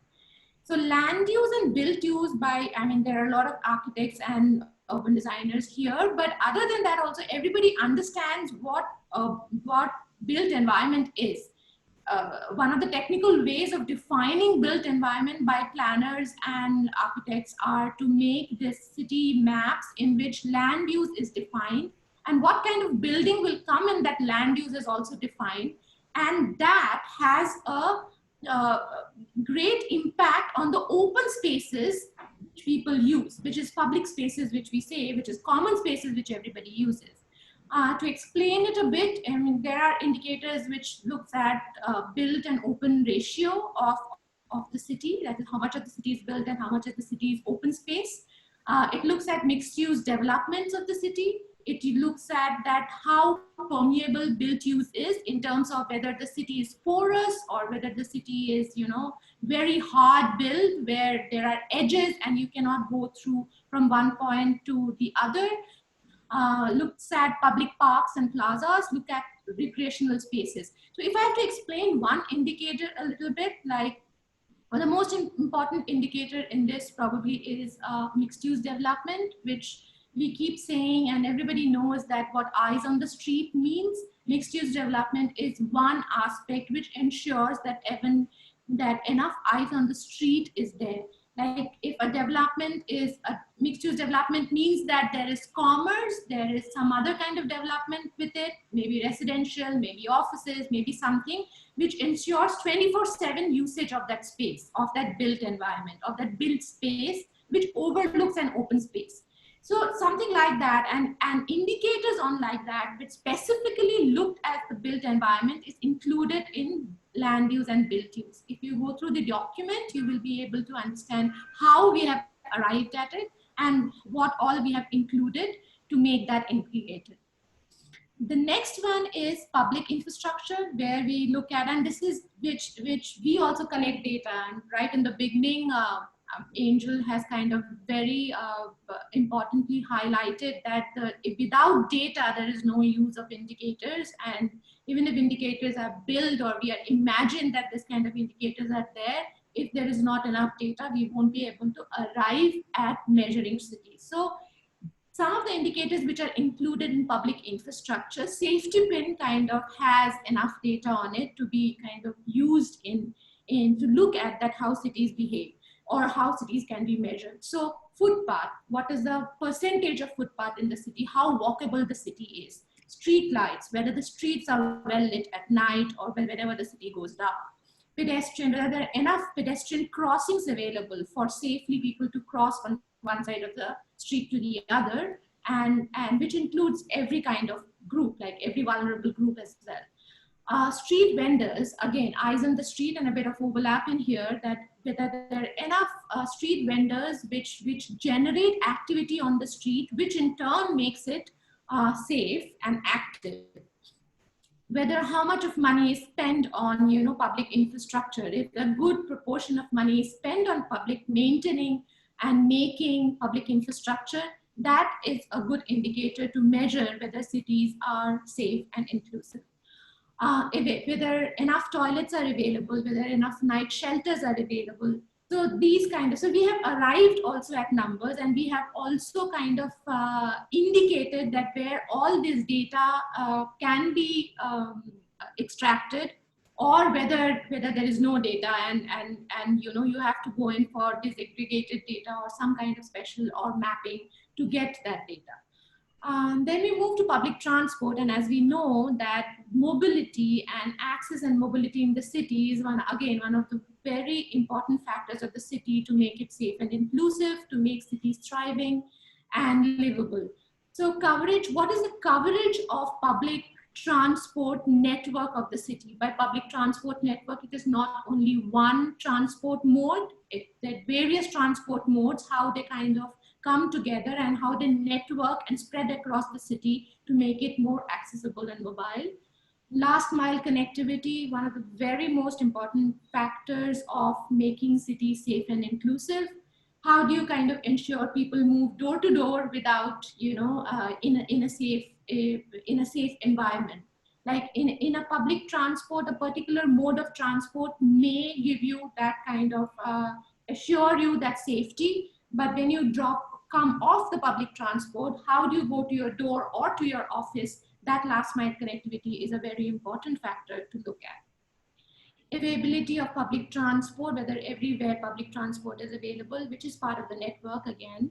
Modal share, that how many people or what is the mode people use for walking, cycling, using public transport, private transport, and all of that. And that gives you a good idea about how safe or inclusive cities are. If people are using different modes of transport, and especially if people are using sustainable modes of transport, then the city definitely has a high, will be rating itself high in this index.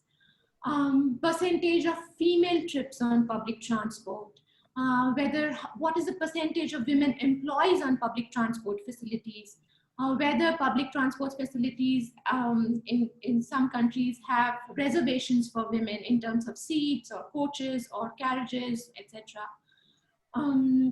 And then we move towards personal safety, which is pedestrian safety on the street.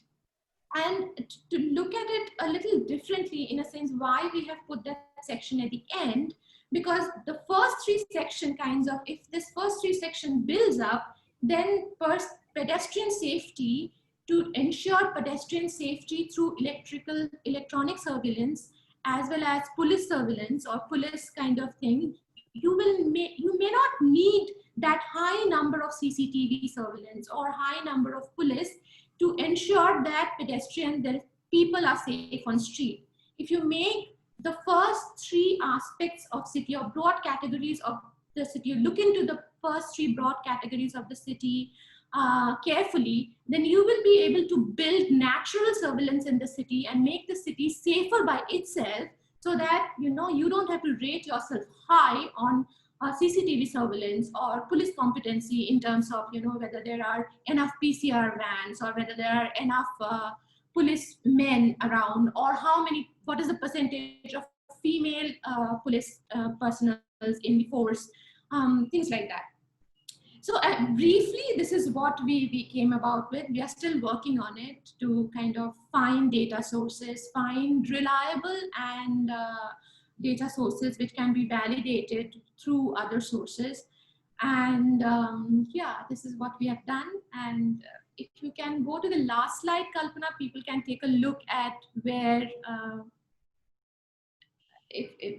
from where you get, our application is free. You can download it from Google Play and Google App. And you can also look at the data which we have produced across the world in 52 cities and see for yourself that what that data can do, and some of the projects which we have done, and how government or stakeholders have used that data to make cities safe.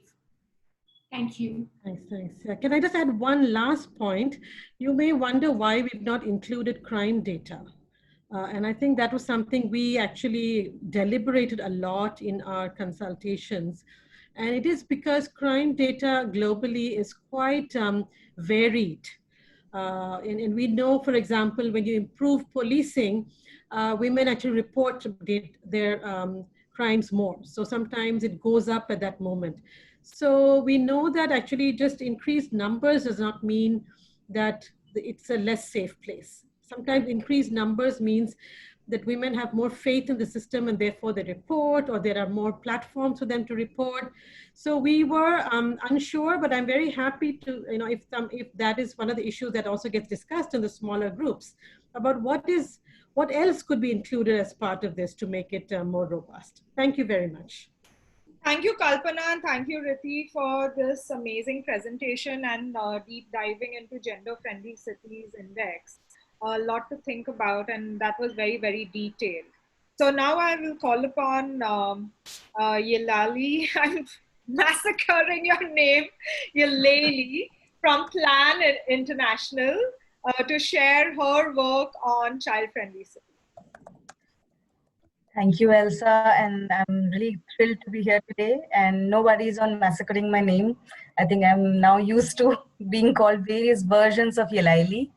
But yeah, it's an absolute pleasure to be here today to talk about what and how we at Plan International work to ensure girls' safety in cities, particularly with children. And a little bit about the program before we get on to the other things is that Safer Cities for Girls, the program that we work with, was developed by Plan in collaboration with UN Habitat and Women Cities International, and it looks particularly at closing existing gender gaps between urban programming and how things are. Specifically, you see many programs which are focusing largely on women or youth per se, but you don't see adolescents or adolescents data being brought out separately. And sometimes, what we have found and our research has indicated that these are often the most vulnerable or excluded population in a city between the children and the older people. So that's the program that we work with, and we use a lot of innovative engagement modalities, child-friendly, inclusive, gender transformative approaches. A lot of unique feedback and participatory research tools, such as the safety audits, community scorecards, various curriculums with multiple stakeholders to sort of cohesively target the entire ecosystem. But what is most important for me is that this entire process is co-created by young people. So it is not something that Plan will prescribe in a particular way. We'll have guidelines like we saw Kalpana and Riti talk about for this women-friendly indicator. So you would have, guiding arches about how safety audits are done. But young people in a particular place would do it themselves, do it in that. And that granular approach has been, the biggest binding factor that sort of connects the gained knowledge with the inclusive practices towards shared social accountabilities. We've heard a lot from our speakers today about, what gender-friendly indicators are, what safe and inclusive cities mean for them, and how, with a nod to UNCRC, SDGs, many other indicators and practices and processes that we have seen for safe and inclusive cities.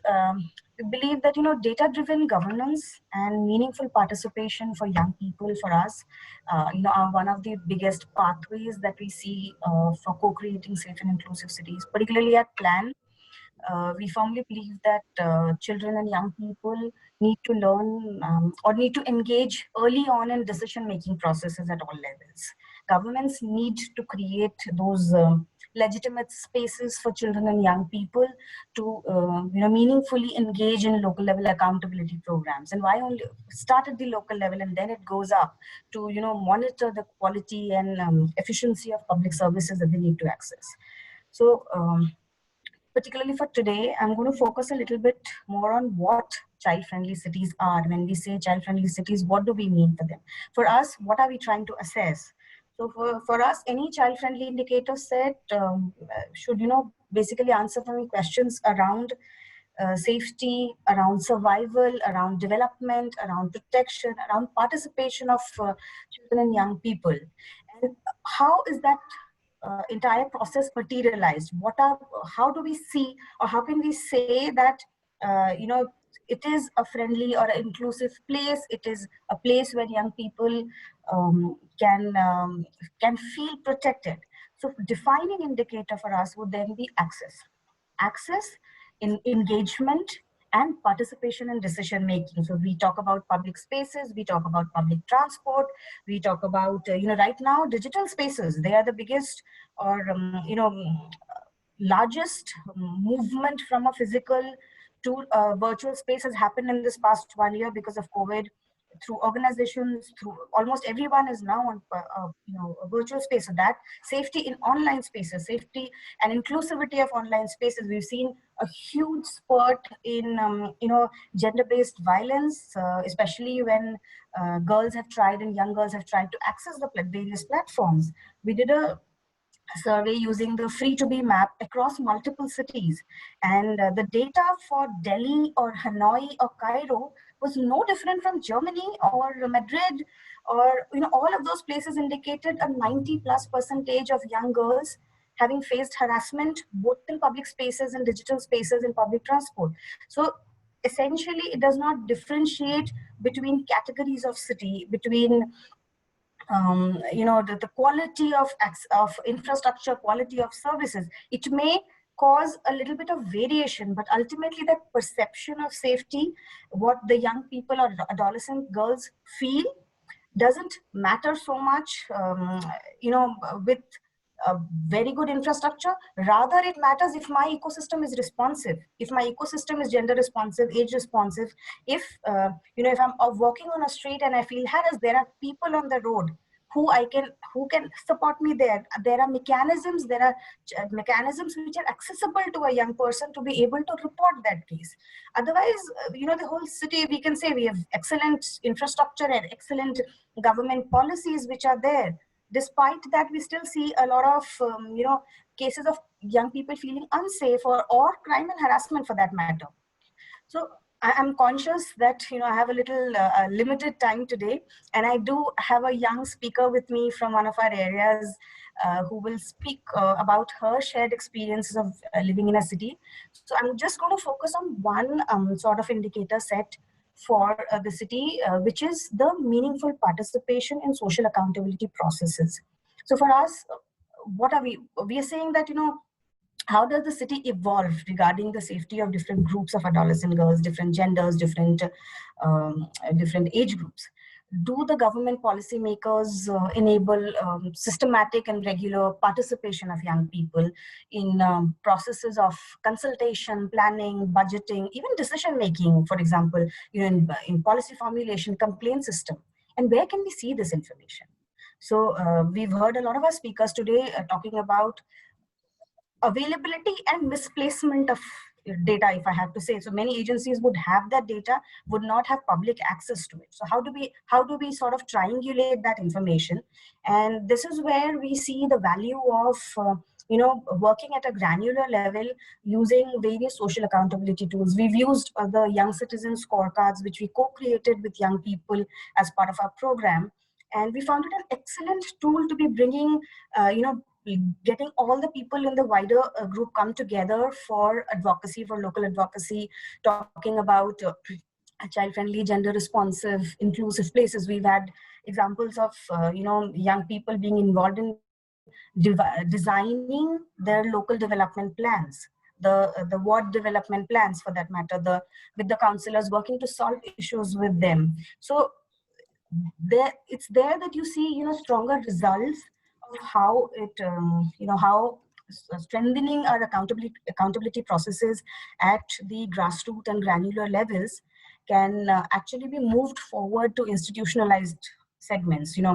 Institutionalized in the sense of having access to, let's say, wards and districts who are ensuring productive interfaces with these systems that are there. They're now bound to set up a few public invites before any policy is finalized. So those mechanisms, but there has to be a motivator or a facilitator to be able to ensure that that gap is there. There is a notice that comes up in a public website about participation. It doesn't reach our young people. There is no connection to that, institutionalized access, institutionalized practice. So those are a few things that I wanted to particularly highlight and signpost here. I would now like to invite Sneha. She's our, a champion from our Safer Cities program, and she will share an example of how they, at the grassroots level, have been able to translate these practices into, these indicators into practice. And of course, there is a bigger sort of a guiding document that we have about child-friendly indicators. I can share that with the wider group for discussion. And Sneha, are you here with us? Yes, good evening one and all present here. I am Sneha and I'm 17 years old and I'm from Mangolpuri. I want to share about Safer Cities for Girls project that focuses on girls' participation and rights to ensure their access to public spaces. Safety is a problem and we face sexual harassment in public spaces because girls don't feel safe and they are taught to ignore it. Coming further, community does not support girls who raise their voice. The public spaces like parks and streets do not make us feel welcome. So we work in groups, boys and girls, we all work together. We work with boys because their participation is important. We look at public space and conduct safety audits. See what makes public space safe and unsafe.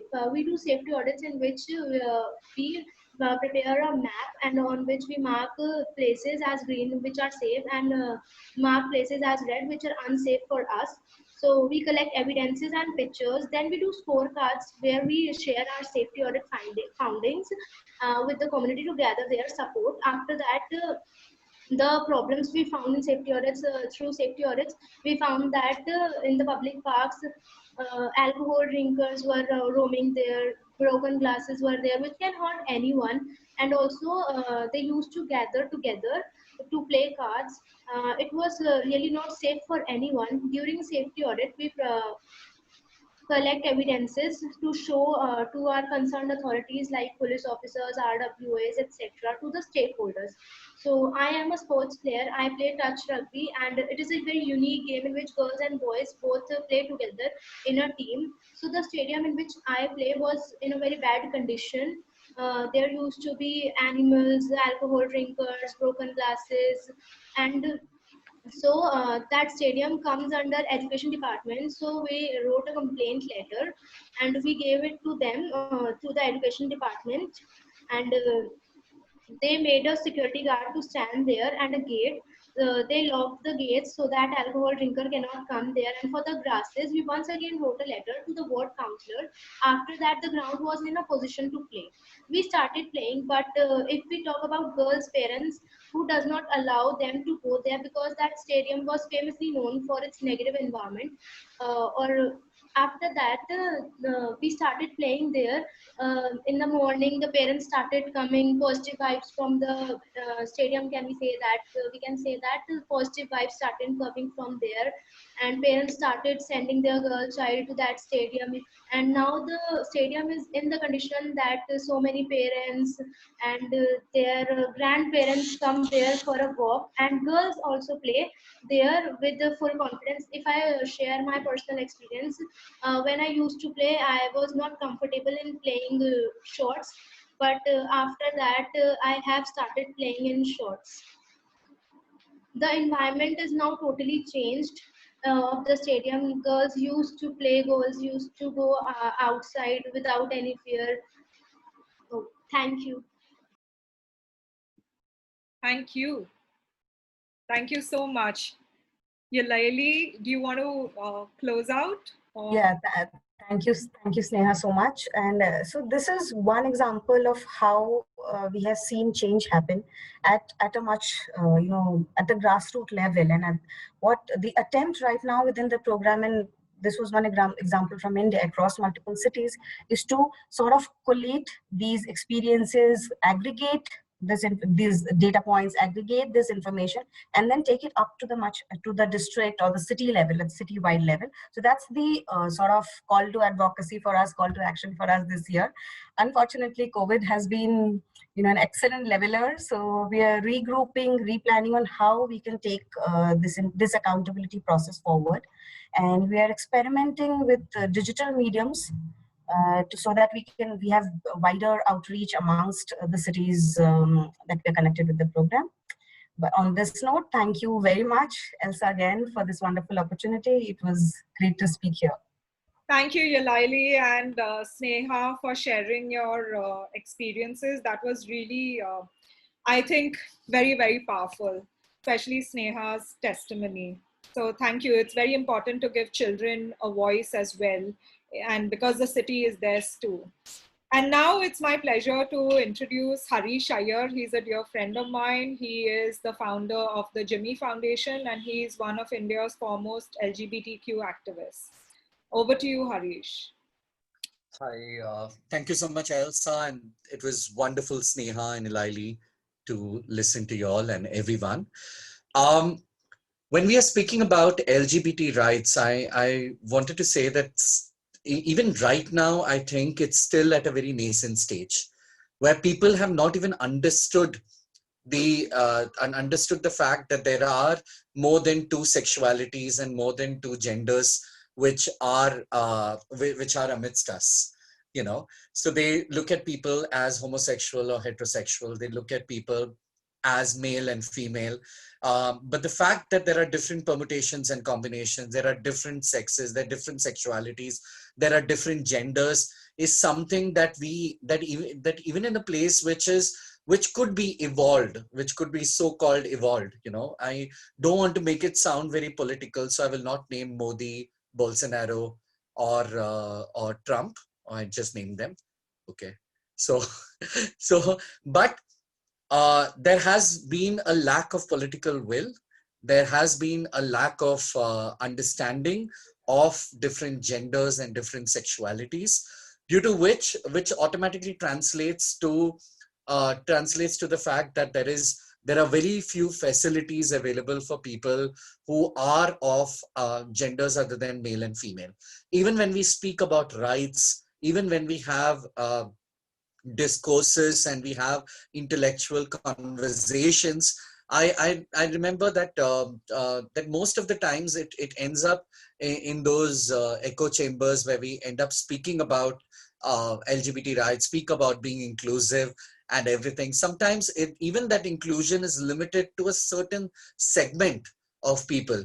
It is not something that's all inclusive throughout the rank of people. I'll give you a small example to basically tell you what exactly I'm trying to speak about. So recently, recently in the sense, a year before, I went to this school, I went to this college where the principal had an LGBT friendly event. So the college was considered to be a safe place. Because it was LGBT friendly, and they were having a massive event over there where there were people. I was invited as a gay man. I was invited to speak over there. There were some trans people over there. So there were a lot of people who were invited, and they were going to have a healthy conversation about sex, about sexuality, about gender. We all reached inside, and there was this one friend of ours who couldn't reach, and we kept wondering. Her phone was not reachable also. We kept wondering where that friend is. We waited and waited, and after we started the event, and when we were on stage and we were speaking, we saw our friend walk in. My friend's name is Urmi Jadhav, and Urmi Jadhav is a trans person who belongs to the Hijra community. Hijra is a community of trans people in India. So she belongs to the Hijra community. So what really happened? So when we asked Urmi ki, what happened, why did you come late? Her response was something that gave us a very, very important insight. She said that you are having a very intellectual conversation over here where you're discussing about inclusion and diversity, using words that she said that using words that I might not even understand, okay, where you're speaking about me. But do you know one thing? I was at the gate, and the security person at the gate didn't let me come in because the security person actually gave some money to her and said, "Keho, just take the money and just go away," because the security person assumed that she has come there for alms, begging for money or something of that kind. So while there was awareness, and there was this very strong awareness that the institute has built, okay, where they're having this conversation, where they're including people, where they are trying at all levels to be inclusive of all its students and teachers. The problem was at the security, at the gate, because many a times what is needed when we speak about inclusion is inclusion at every level, not inclusion at some level. What is needed is the understanding of the fact that the onus of inclusion comes on those who are included, not on those who are excluded. The ones who are included, it's their responsibility to make life more inclusive for everyone else, because diversity and inclusion helps everybody. So that's an understanding that is not caught in whether it's in India, whether even in places like many places in United States. in various countries, this is something, it's still considered as something that's novel. To be inclusive of trans people is something that's novel. It's considered something that's modern. It's considered something that's more of a concept rather than a reality, something that would get people brownie points. And that's something that at a very fundamental level has to change. And this will come only with more and more education, like very simple things like putting your gender pronouns on your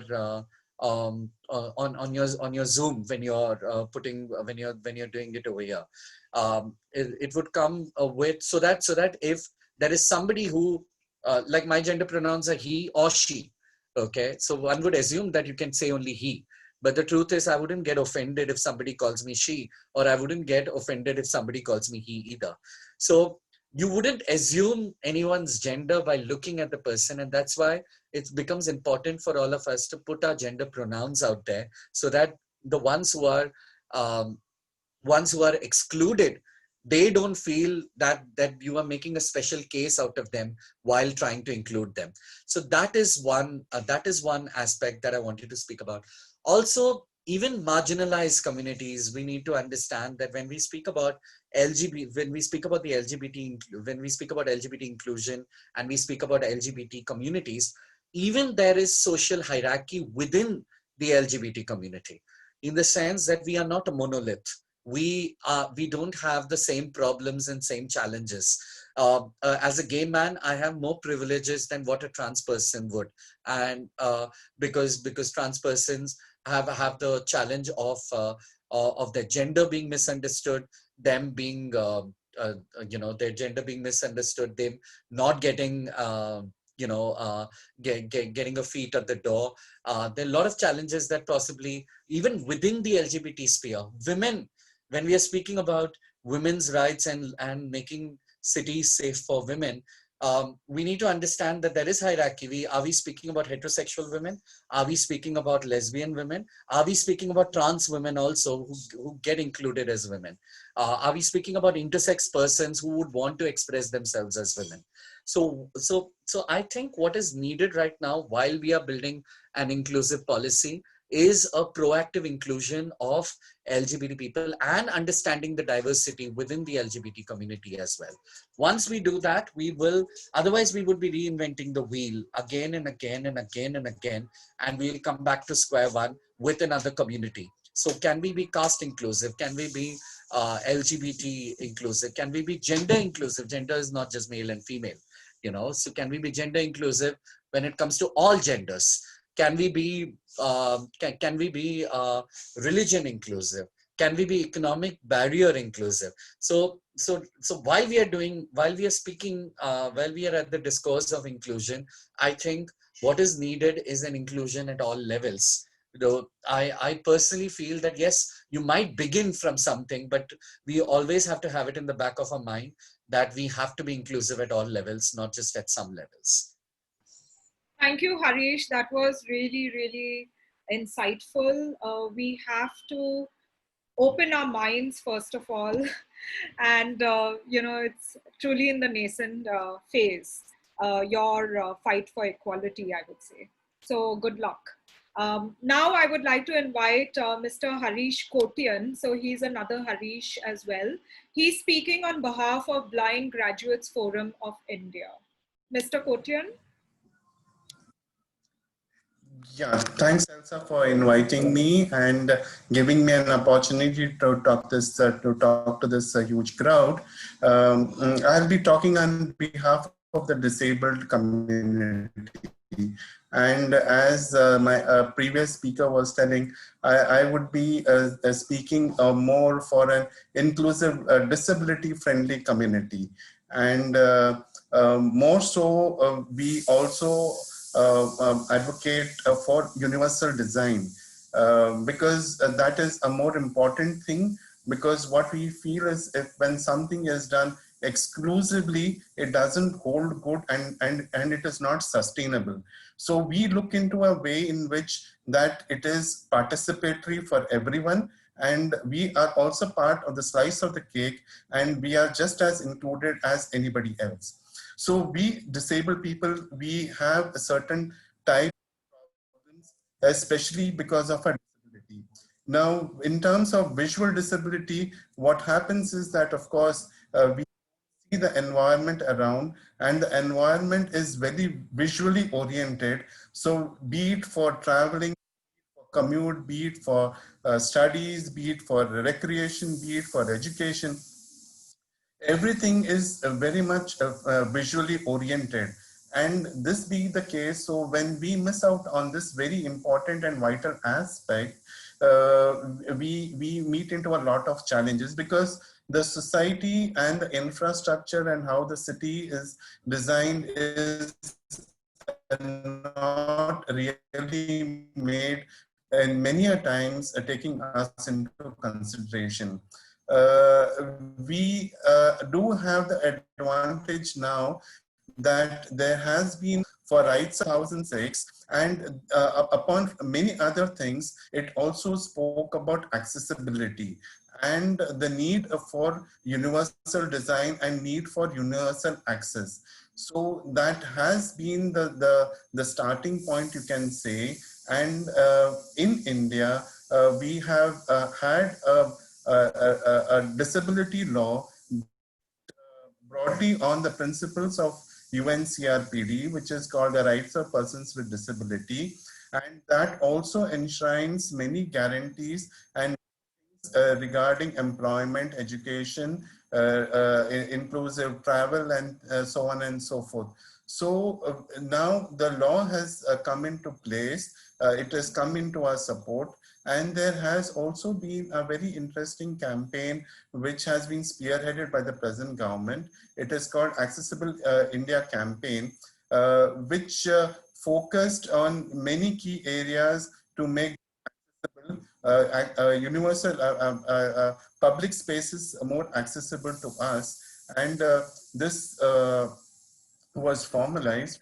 So now we have been seeing for the last couple of years, many of the public space being made accessible to us. The train services, facilities like escalators, we do find that in some places, in some railway stations, we do find that they have started laying markers on the tiles, which is tactile tiles, which we can feel, and which helps us in guiding us to the railway station, inside the railway station, and things like that.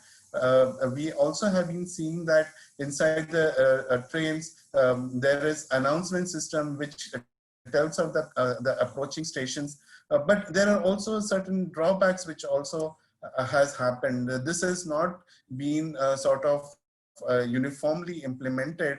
And for instance, in the announcement system inside the train, it does not tell us in which side of the on which side the platform would be approaching. So this is a very important information for us, which is not made available to us. So although like technology has been made available, but it is not taken to its very logical end. Similarly, the people with a hearing disability, they too also face a lot of challenges because many of the information is only available visually and or auditorily. Now, it is not made available to them in a way in which they can feel the alert and they are able to see the information. So these are some of the challenges which has happened through the years. In terms of public space, to start with the footpath, we have serious problems with the footpath because most of the time there are trenches, there are a lot of obstacles on the way. You have dustbins up there, you have manholes, you have post boxes, and so many other obstacles which are there. Then you have a whole lot of vendors who are occupying the footpath. And so a place which is supposed to be used for people, for everyone to use, is not really available to us, and it creates additional challenge for us, because the able-bodied in most of the circumstances, when the footpaths are not available, they have the choice of walking in the road. But if we do that, we are taking a serious risk on ourselves if we try to walk on the road. So these are some of the urban challenges which are available, which are thrown onto us. Now, for instance, if we have to use a bus, now we don't know what is the route number, what is the destination of that bus. So in some buses, they had in between put in announcement system which announces the approaching stop. But if a person is waiting on the bus stop, he doesn't know which is the bus which is coming. He has to depend on some other people who are on the stop. And by experience, we can tell that, very often when we tell the fellow passengers to inform us when the bus comes, when their bus comes, they just board the bus, they don't even tell us. So these are the difficulties, and certainly there are technological solutions for it, which can in the people with a physical disability. Most of the time, near the places when ramps are there, quite often the people find on the ramps, which makes it impossible for people to use when it is necessary to use them. Even when it is available, the angle in which it is supposed to be there is not there. It is made very small, very steep, or so it makes it very unusable. So these are many of the difficulties which happens. Like if we have to use, say, government offices for whatever reason, although there are requirements that the government offices be accessible, in many cases it is not so. So is the recreation places, playgrounds. They are not really friendly for disabled persons. And and in place of entertainment also, recreation is very much required. But even recreation, like if you see, like although technology has made it possible that it is possible to give audio description to movies, but we don't really see them happening. There are certain agencies like Netflix, they do provide audio described movies, but they are very few in number. But the mainstream media which is there, they don't provide any such accessible services. So as we see that technology can give us many solutions, but the implementation is not uniform, it is not steady, and many a times services are provided, but it is not sustained. Like for instance, in the very early days, on the edge of the platform, there was a smooth skirting, and later on, when the platforms were retarred, they even tarred those skirting. So the skirting which was helpful to us, that was covered with tar, and it is usable for us, and that has resulted in many blind people falling onto the track.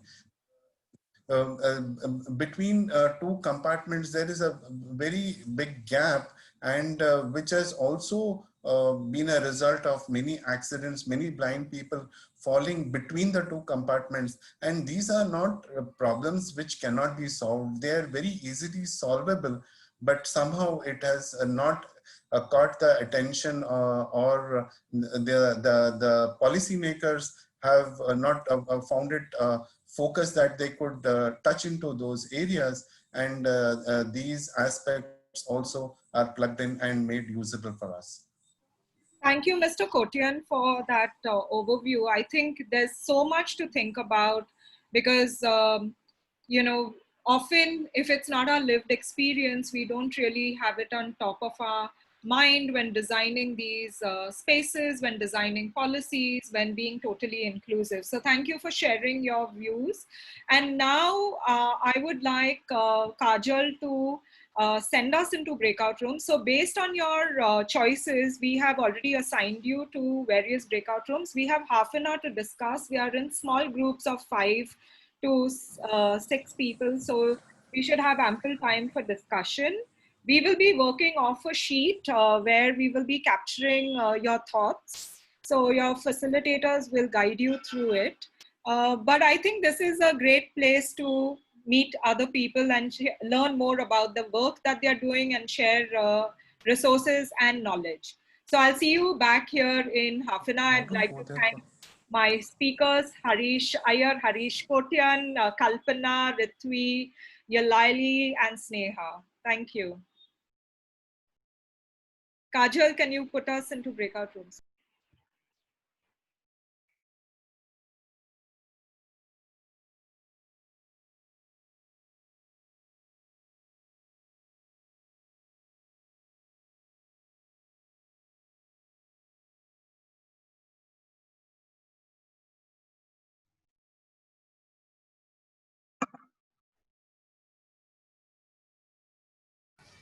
Hi everyone, welcome back to the main session. Thanks, Kajal. So I had a great discussion in mind, but I'd like Prathama, are you there? Would you like to start off? Yeah, I think it was it was lots of fun, and all of us brainstormed some great ideas. Some of the things that I didn't even think about, actually. Things like mapping the ownership of land and real estate in the city by women. I mean, that's such a great indicator of economic empowerment. I think I was in the women-friendly group, women-friendly cities group, and it was great fun. Great. So maybe we can start with somebody from the disabled-friendly city if they want to share their experience very quickly, like 2 minutes.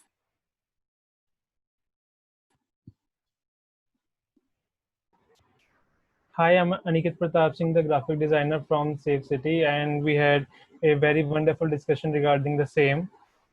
And we discussed about a lot of things about the government initiatives and the infrastructure and the inclusivity of the people towards the disability segment of the people. And we talked about many segments, and especially talked about like I had the point of colorblind people. Like we have right now different color lights, red, blue, and green, red, green, and orange color lights for in traffic people in traffic lights. But we can replace them with textual segments so that the colorblind people can also, apply for the licenses and get the licenses and get the whole thing done for the transportation and all. That's a great point. What about Srinidhi's group? Thanks, Elsa. I think we had a very interesting discussion, and one of the things that both Harish and I were in the same group, and one of the things that both of us raised was also the need to look at it in an intersectional and broader manner, because disability is so diverse that we are as a community very, very heterogeneous. So what are the needs of a blind person and what are the needs of, say, a wheelchair user are very different. So we tried to put it in large buckets of independent mobility, public transport mobility, digital accessibility, so that it's also, I mean, one of the things that I think is important to discuss is in these times when everybody says very easily you can take an Uber and come over, and if the Uber is not it is screen reader accessible, but Paytm, for instance, is not screen reader accessible. So it means that a lot of blind and vision impaired people cannot pay money directly from a wallet, right? So we don't necessarily see this as access to the city, because it's seen in such a small manner, but it involves the digital access involves independent mobility, right? So if I have to get into a cab by myself and go somewhere and I am blind, then the chances are that I would do it in a cab with more ease if I was a woman and I was traveling, say, late in the night, right? So then digital accessibility becomes an integral part of my mobility, right? So I think these are the intersections that we did address, which was very, very interesting and fruitful, I hope. Srinidhi, maybe you can explain your organization's work, please. Okay. I work with Rising Flame, and we work primarily with women and youth with disabilities. The organization is founded by Nidhi Goyal, who is a blind woman. So our organization is about 3 years old, and we've been running several campaigns at the intersection of leadership, sexuality, consent, as well as digitality. And one of the most recent campaigns that we are running, which would be, I'm using this opportunity to talk about it, is because we are running a campaign on making Hotstar accessible for blind and vision impaired viewers. There is a change.org petition that's happening, and because currently the app itself is not accessible, so we are running it in the hope that that Hotstar will make the changes before IPL, so blind people can also enjoy IPL from their homes. So we run small campaigns like this, but primarily we are an organization that centers voice, centers leadership, and centers access in many ways. Yeah. Thank you. Thank you. Toshita, very quickly.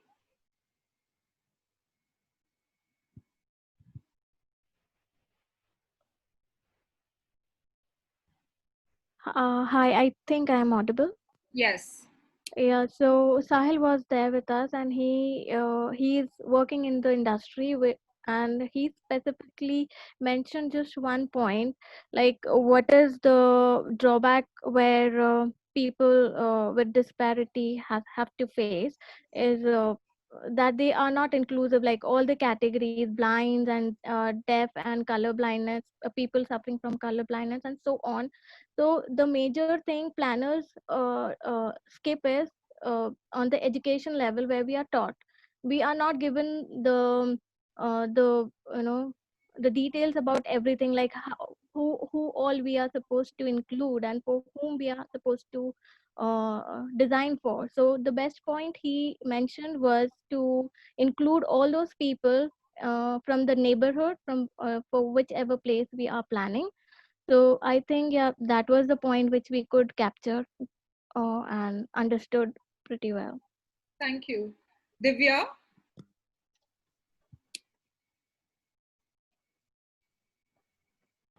Hello, everyone. So we had, am I audible? Yes. Yeah, hi. So we had a really interesting discussion.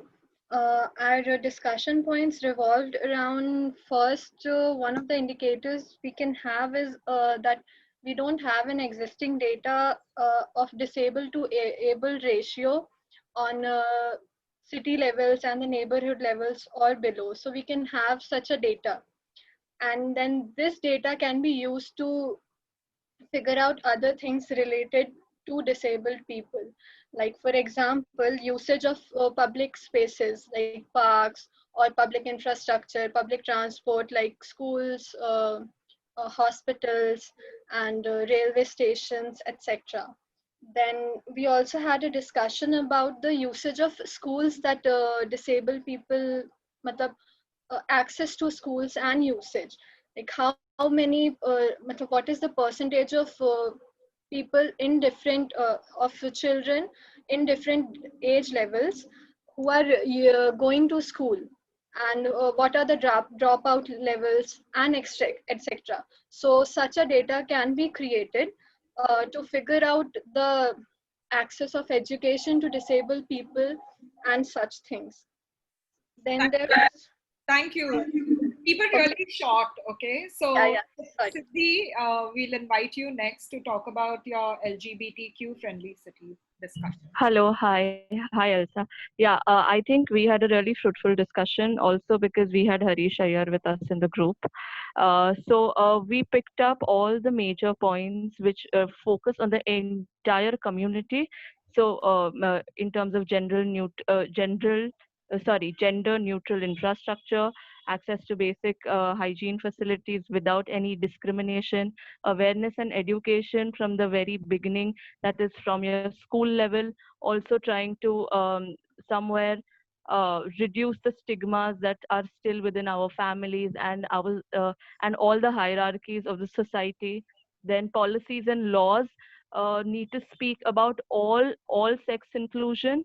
So Harish pointed out one very important point where there is a lot of government funding which is available, but it is available only in terms of the transgender welfare, and it does not reach to the other sections of this particular community.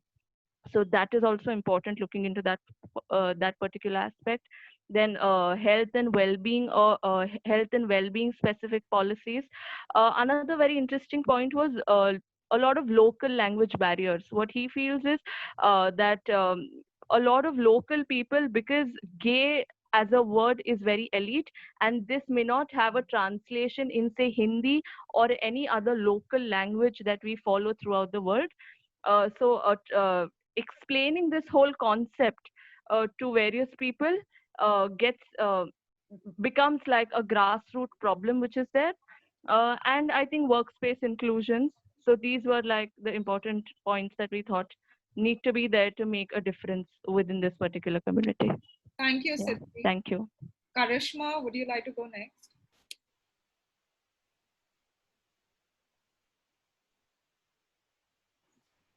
So in our group, we mainly spoke about the need for sensitization of law enforcement on inclusive language and against sexual harassment, particularly against people of the LGBTQ community, because we felt that that's something that is a very it's something that has often been overlooked, and especially when we present the rights-based perspective to the LGBTQ community as the right to raise one's voice against a violation of their gender or their sexuality. It's often ignored what the ramifications of that might be in terms of law enforcement. Thank you so much. I'd like to invite Shivani to talk about the discussion in the child-friendly city room. Yeah, Yali was keying in the indicators. So would she like to talk about it? Otherwise, I don't have the... Just generally, what is the top takeaway from your discussion? Excel sheet. We don't have to we did talk about specific indicators and which organizations have indicator sets. Like we began with the indicator of citizenship and identity for the child so that they can participate. So it's not at the level of design, but it is at the level of safeguarding the child for their presence. So those indicators were done, and then there were other indicators on which plan is working upon.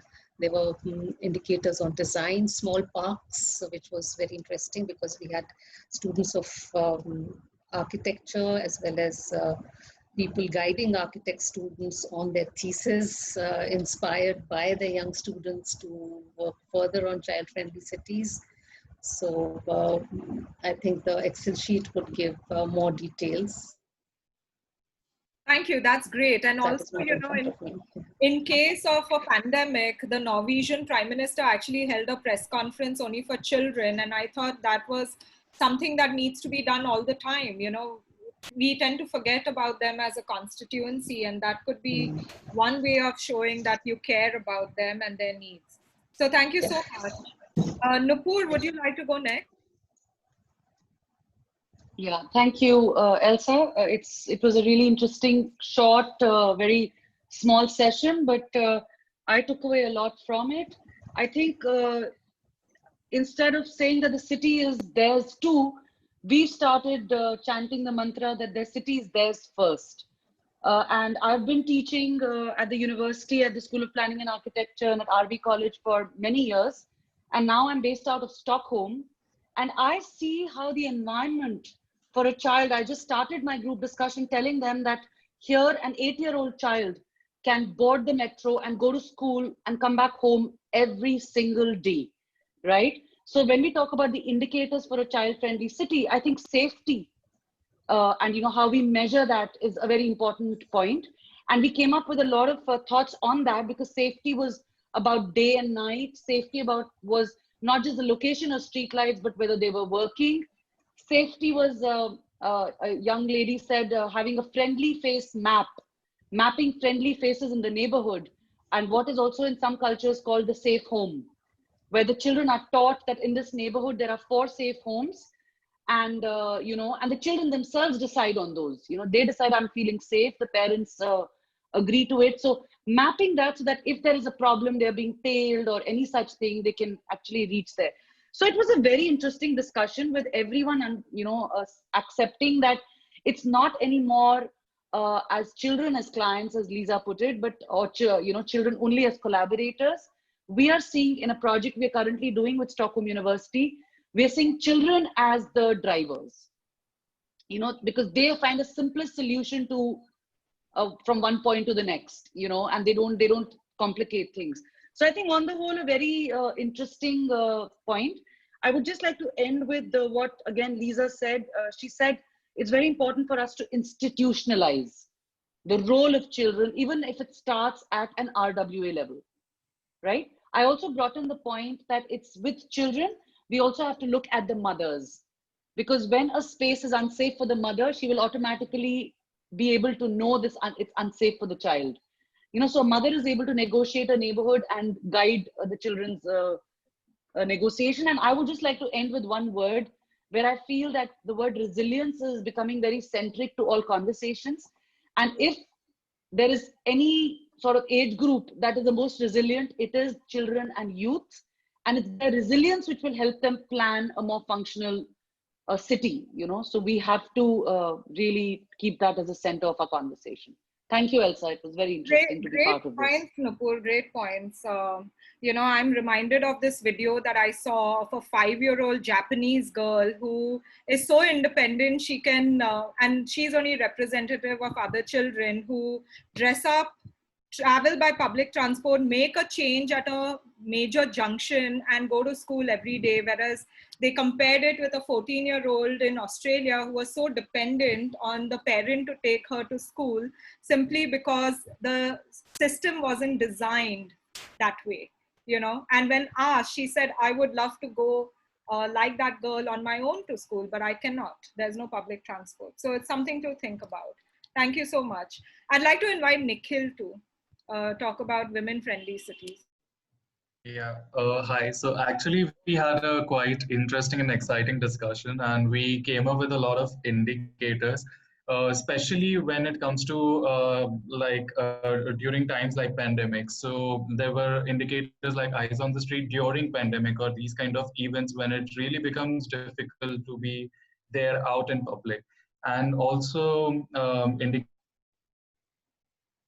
spaces being accessible for women in low-income neighborhoods, or like for that matter, parks or public spaces in the low-income neighborhoods. That was something which came out as a very interesting indicator. And the other aspect which we found quite interesting, which came out through a discussion, was in the idea of inclusivity and equity in terms of the intersectionality. That is something also which is quite critical, intersectionality and intergenerational activities in a public space.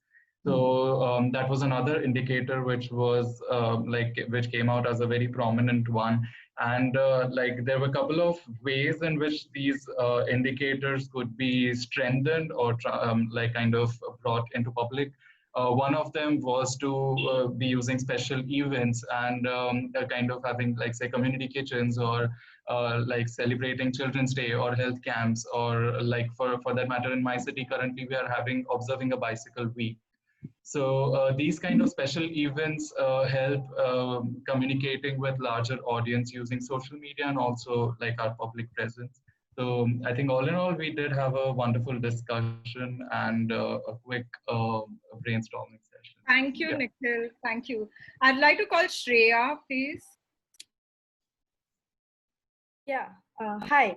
So actually, we also had a really, I think, quick discussion. I think we could have spoken about this for a lot longer, but we looked a lot at security, not crime, but security, and how surveillance actually affects that. We also tried to look at mobility and how that affects, a woman's life, what kind of trips they take, because a lot of data exists about the fact that women take much more frequent trips, and they do a lot more shorter trips in different times of the day. And right now also, as we're seeing, the metro has opened up, but only at peak hours. So I think we discussed how we can also collect more mobility data for women, also looking at housing for single women, childcare facilities. I think someone had made that point earlier, that when you're looking at the child, you have to also look at the mother, or the parent. And I think we'd also looked at it from that angle.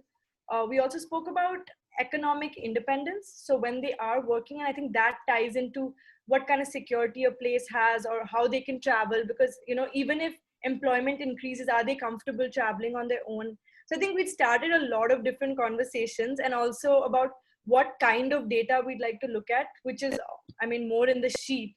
I think it started a conversation which could continue easily for another 2 hours. So I'm glad it started somewhere, and we can continue it eventually. Yes. Yeah, thank you. I think we can talk a lot about this, but we are running out of time. Thank you so much, Shreya. I'd like to call Pragya. Yeah, so good evening, everyone. And yeah, we as a group, I had a great discussion, and we as peers added very unique points to the women's safety cities. And yeah, it was lack of time because everyone was having so much of, like, plenty of points you added to the same. But yeah, we concluded and came to a point. So I would like to share some of those indicators which were very unique, came to me also for the first time. So those were free to wear whatever you want. That was a basic indicator for a woman, for a women's friendly city. Then the safety audits, the civic engagement of women, not only on the stage of planning, but also while management of the city, and the eyes on the streets, and increasing the informal sector and their participation. Also the walking buddies, which is possible by making it possible by SOS thing, because it makes a woman comfortable if she finds that somebody else is moving next to her. So that was a thing which was a very unique indicator. Then artwork can also add up as an indicator, because when you're walking alone, if there is artwork around you, it creates a sort of comfortable for a human, even a woman psychological aspect. And also a missed call indicator we discussed. So these were a few indicators which we discussed, and they were very unique into themselves. And even Parul was having a unique idea, if she could add up. Yeah, I think Pragya basically summarized it, but I just want to say that we recognize that, being safety as a concept is, there's a tangible and an intangible. So the tangible is like sort of like how we can plan our spaces with more eyes on the street and proximity of spaces, understanding, just wayfinding, things like that. But the intangible is just somehow having more representation of other women or females on the street. So rather than having sort of like this minority in the demographic, like just seeing more women, and even the artwork being done by women, having them actually participating to improve their environment. It's not a gender thing, like having more participation at every level, and also creating these things like community champions at the school, for housewives. So these concepts of safety can be spread into with their peers and into the neighborhood as well as the schools. Thank you, Parul. And we also discussed how we can create more of those opportunities for women to come out, and more thought has to be given. to create those economic incentives for them to come out and use those spaces. So thank you for that. Sonali? Hi. So I was part of the same group of Pratima and Women Friendly Cities. And we talked about, like Pratima mentioned, that one of the interesting things that we came up with is looking at the land ownership, looking at the business ownership, and also how many women are employed in formal and informal workforce. And we also discussed that it's also important to look at women staff in public transport and whether they have gender sensitization training protocols in place. So it was a great discussion, and yeah, looking forward for the day 2. Thank you, Sonali. Now Ritti is our last speaker from the breakout rooms. Ritti? Hi, yeah. So basically we spend a lot of time talking. So by the time we realize we are only 15 minutes left, let's start populating the sheet. So yeah, so if you go to the sheet, you will find a range of indicators there. Though I don't think so we could like take it across, as in a lot of things are left, but we can still work on it and populate that. One of the interesting things which came up, and a lot of people have kind of already shared, that ownership or toilets or walking or participation in public space. One of the important things which came up, which I found it unique in a way, that we all are talking about public space essentially, but to also understand who owns that public space. Is it really owned by like everyone, like it belongs to everyone, or it has an ownership, has a private ownership or a government ownership, or etc., which helps us to maintain or regulate that public space. So that data can be acquired from some either authorities like DDA, development authorities, and all of that. Master plan obviously has that, where what kind of land use or public space is available, and how that space, master plan is actually a blueprint, but how that space has eventually kind of turned out to be, what kind of buildings have come in there, what kind of open space structure is there, that can be found out from the authorities. And also that kind of gives you and I'm kind of linking it with something I have seen recently, that there was a study which was done in Barcelona, and Carme is from Barcelona, right?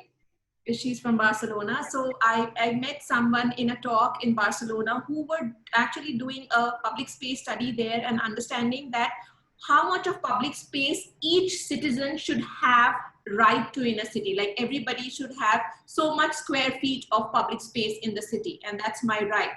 And that amount of public space the city should provide, maintain, and give it back to its citizens.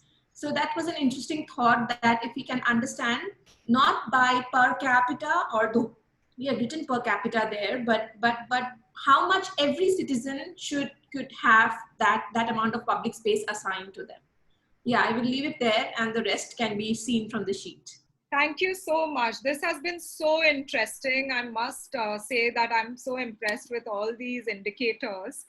And now, just to, I'll ask Kajal to launch the last poll that we have, and just to explain what will happen tomorrow.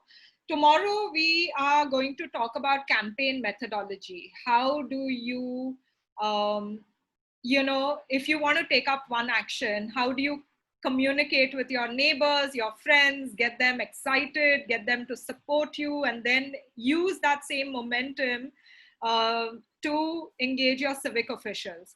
But we also want you to think of the action that you want to commit to, because from 21st September to the 31st of October is World Urban Campaign Month by the UN Habitat, and we want to contribute to that. So what we are encouraging everyone to do, and Tanya will put a Padlet link in. Padlet is where you go into this link and create little boxes of your action. There are some already there. Please specify what is the one thing, you can make the park opposite your house child friendly. How are you going to do it? Maybe today you learn some indicators, and put your email so that we can work with you over the next 3 weeks. And on 5th of October, we are going to invite you back to share what has happened. So please look at that. I think Tanya's already put it in the sheet. Pratima, do you want to add to this, please? Yeah, as Elsa mentioned, this is the decade of action.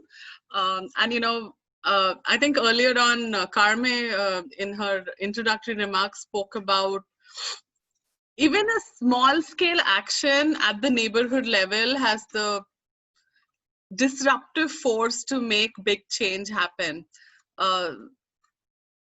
There's this whole idea of small scale change and large scale impact. So we want to see all of you identify the indicators that really was close to your heart, that you think is really needed within your own communities.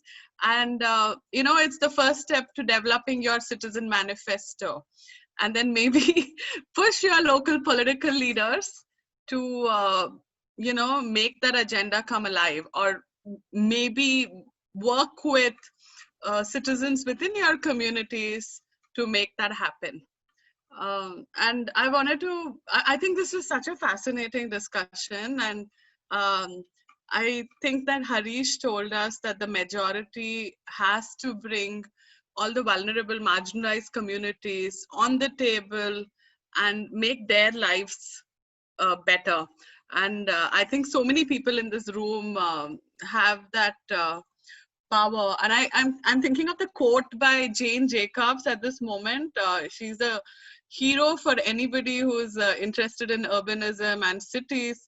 She said that cities have the capability of providing something for everybody only because and only when they are created by everybody. So I think this has been so interesting because there are so many different stakeholders in the room.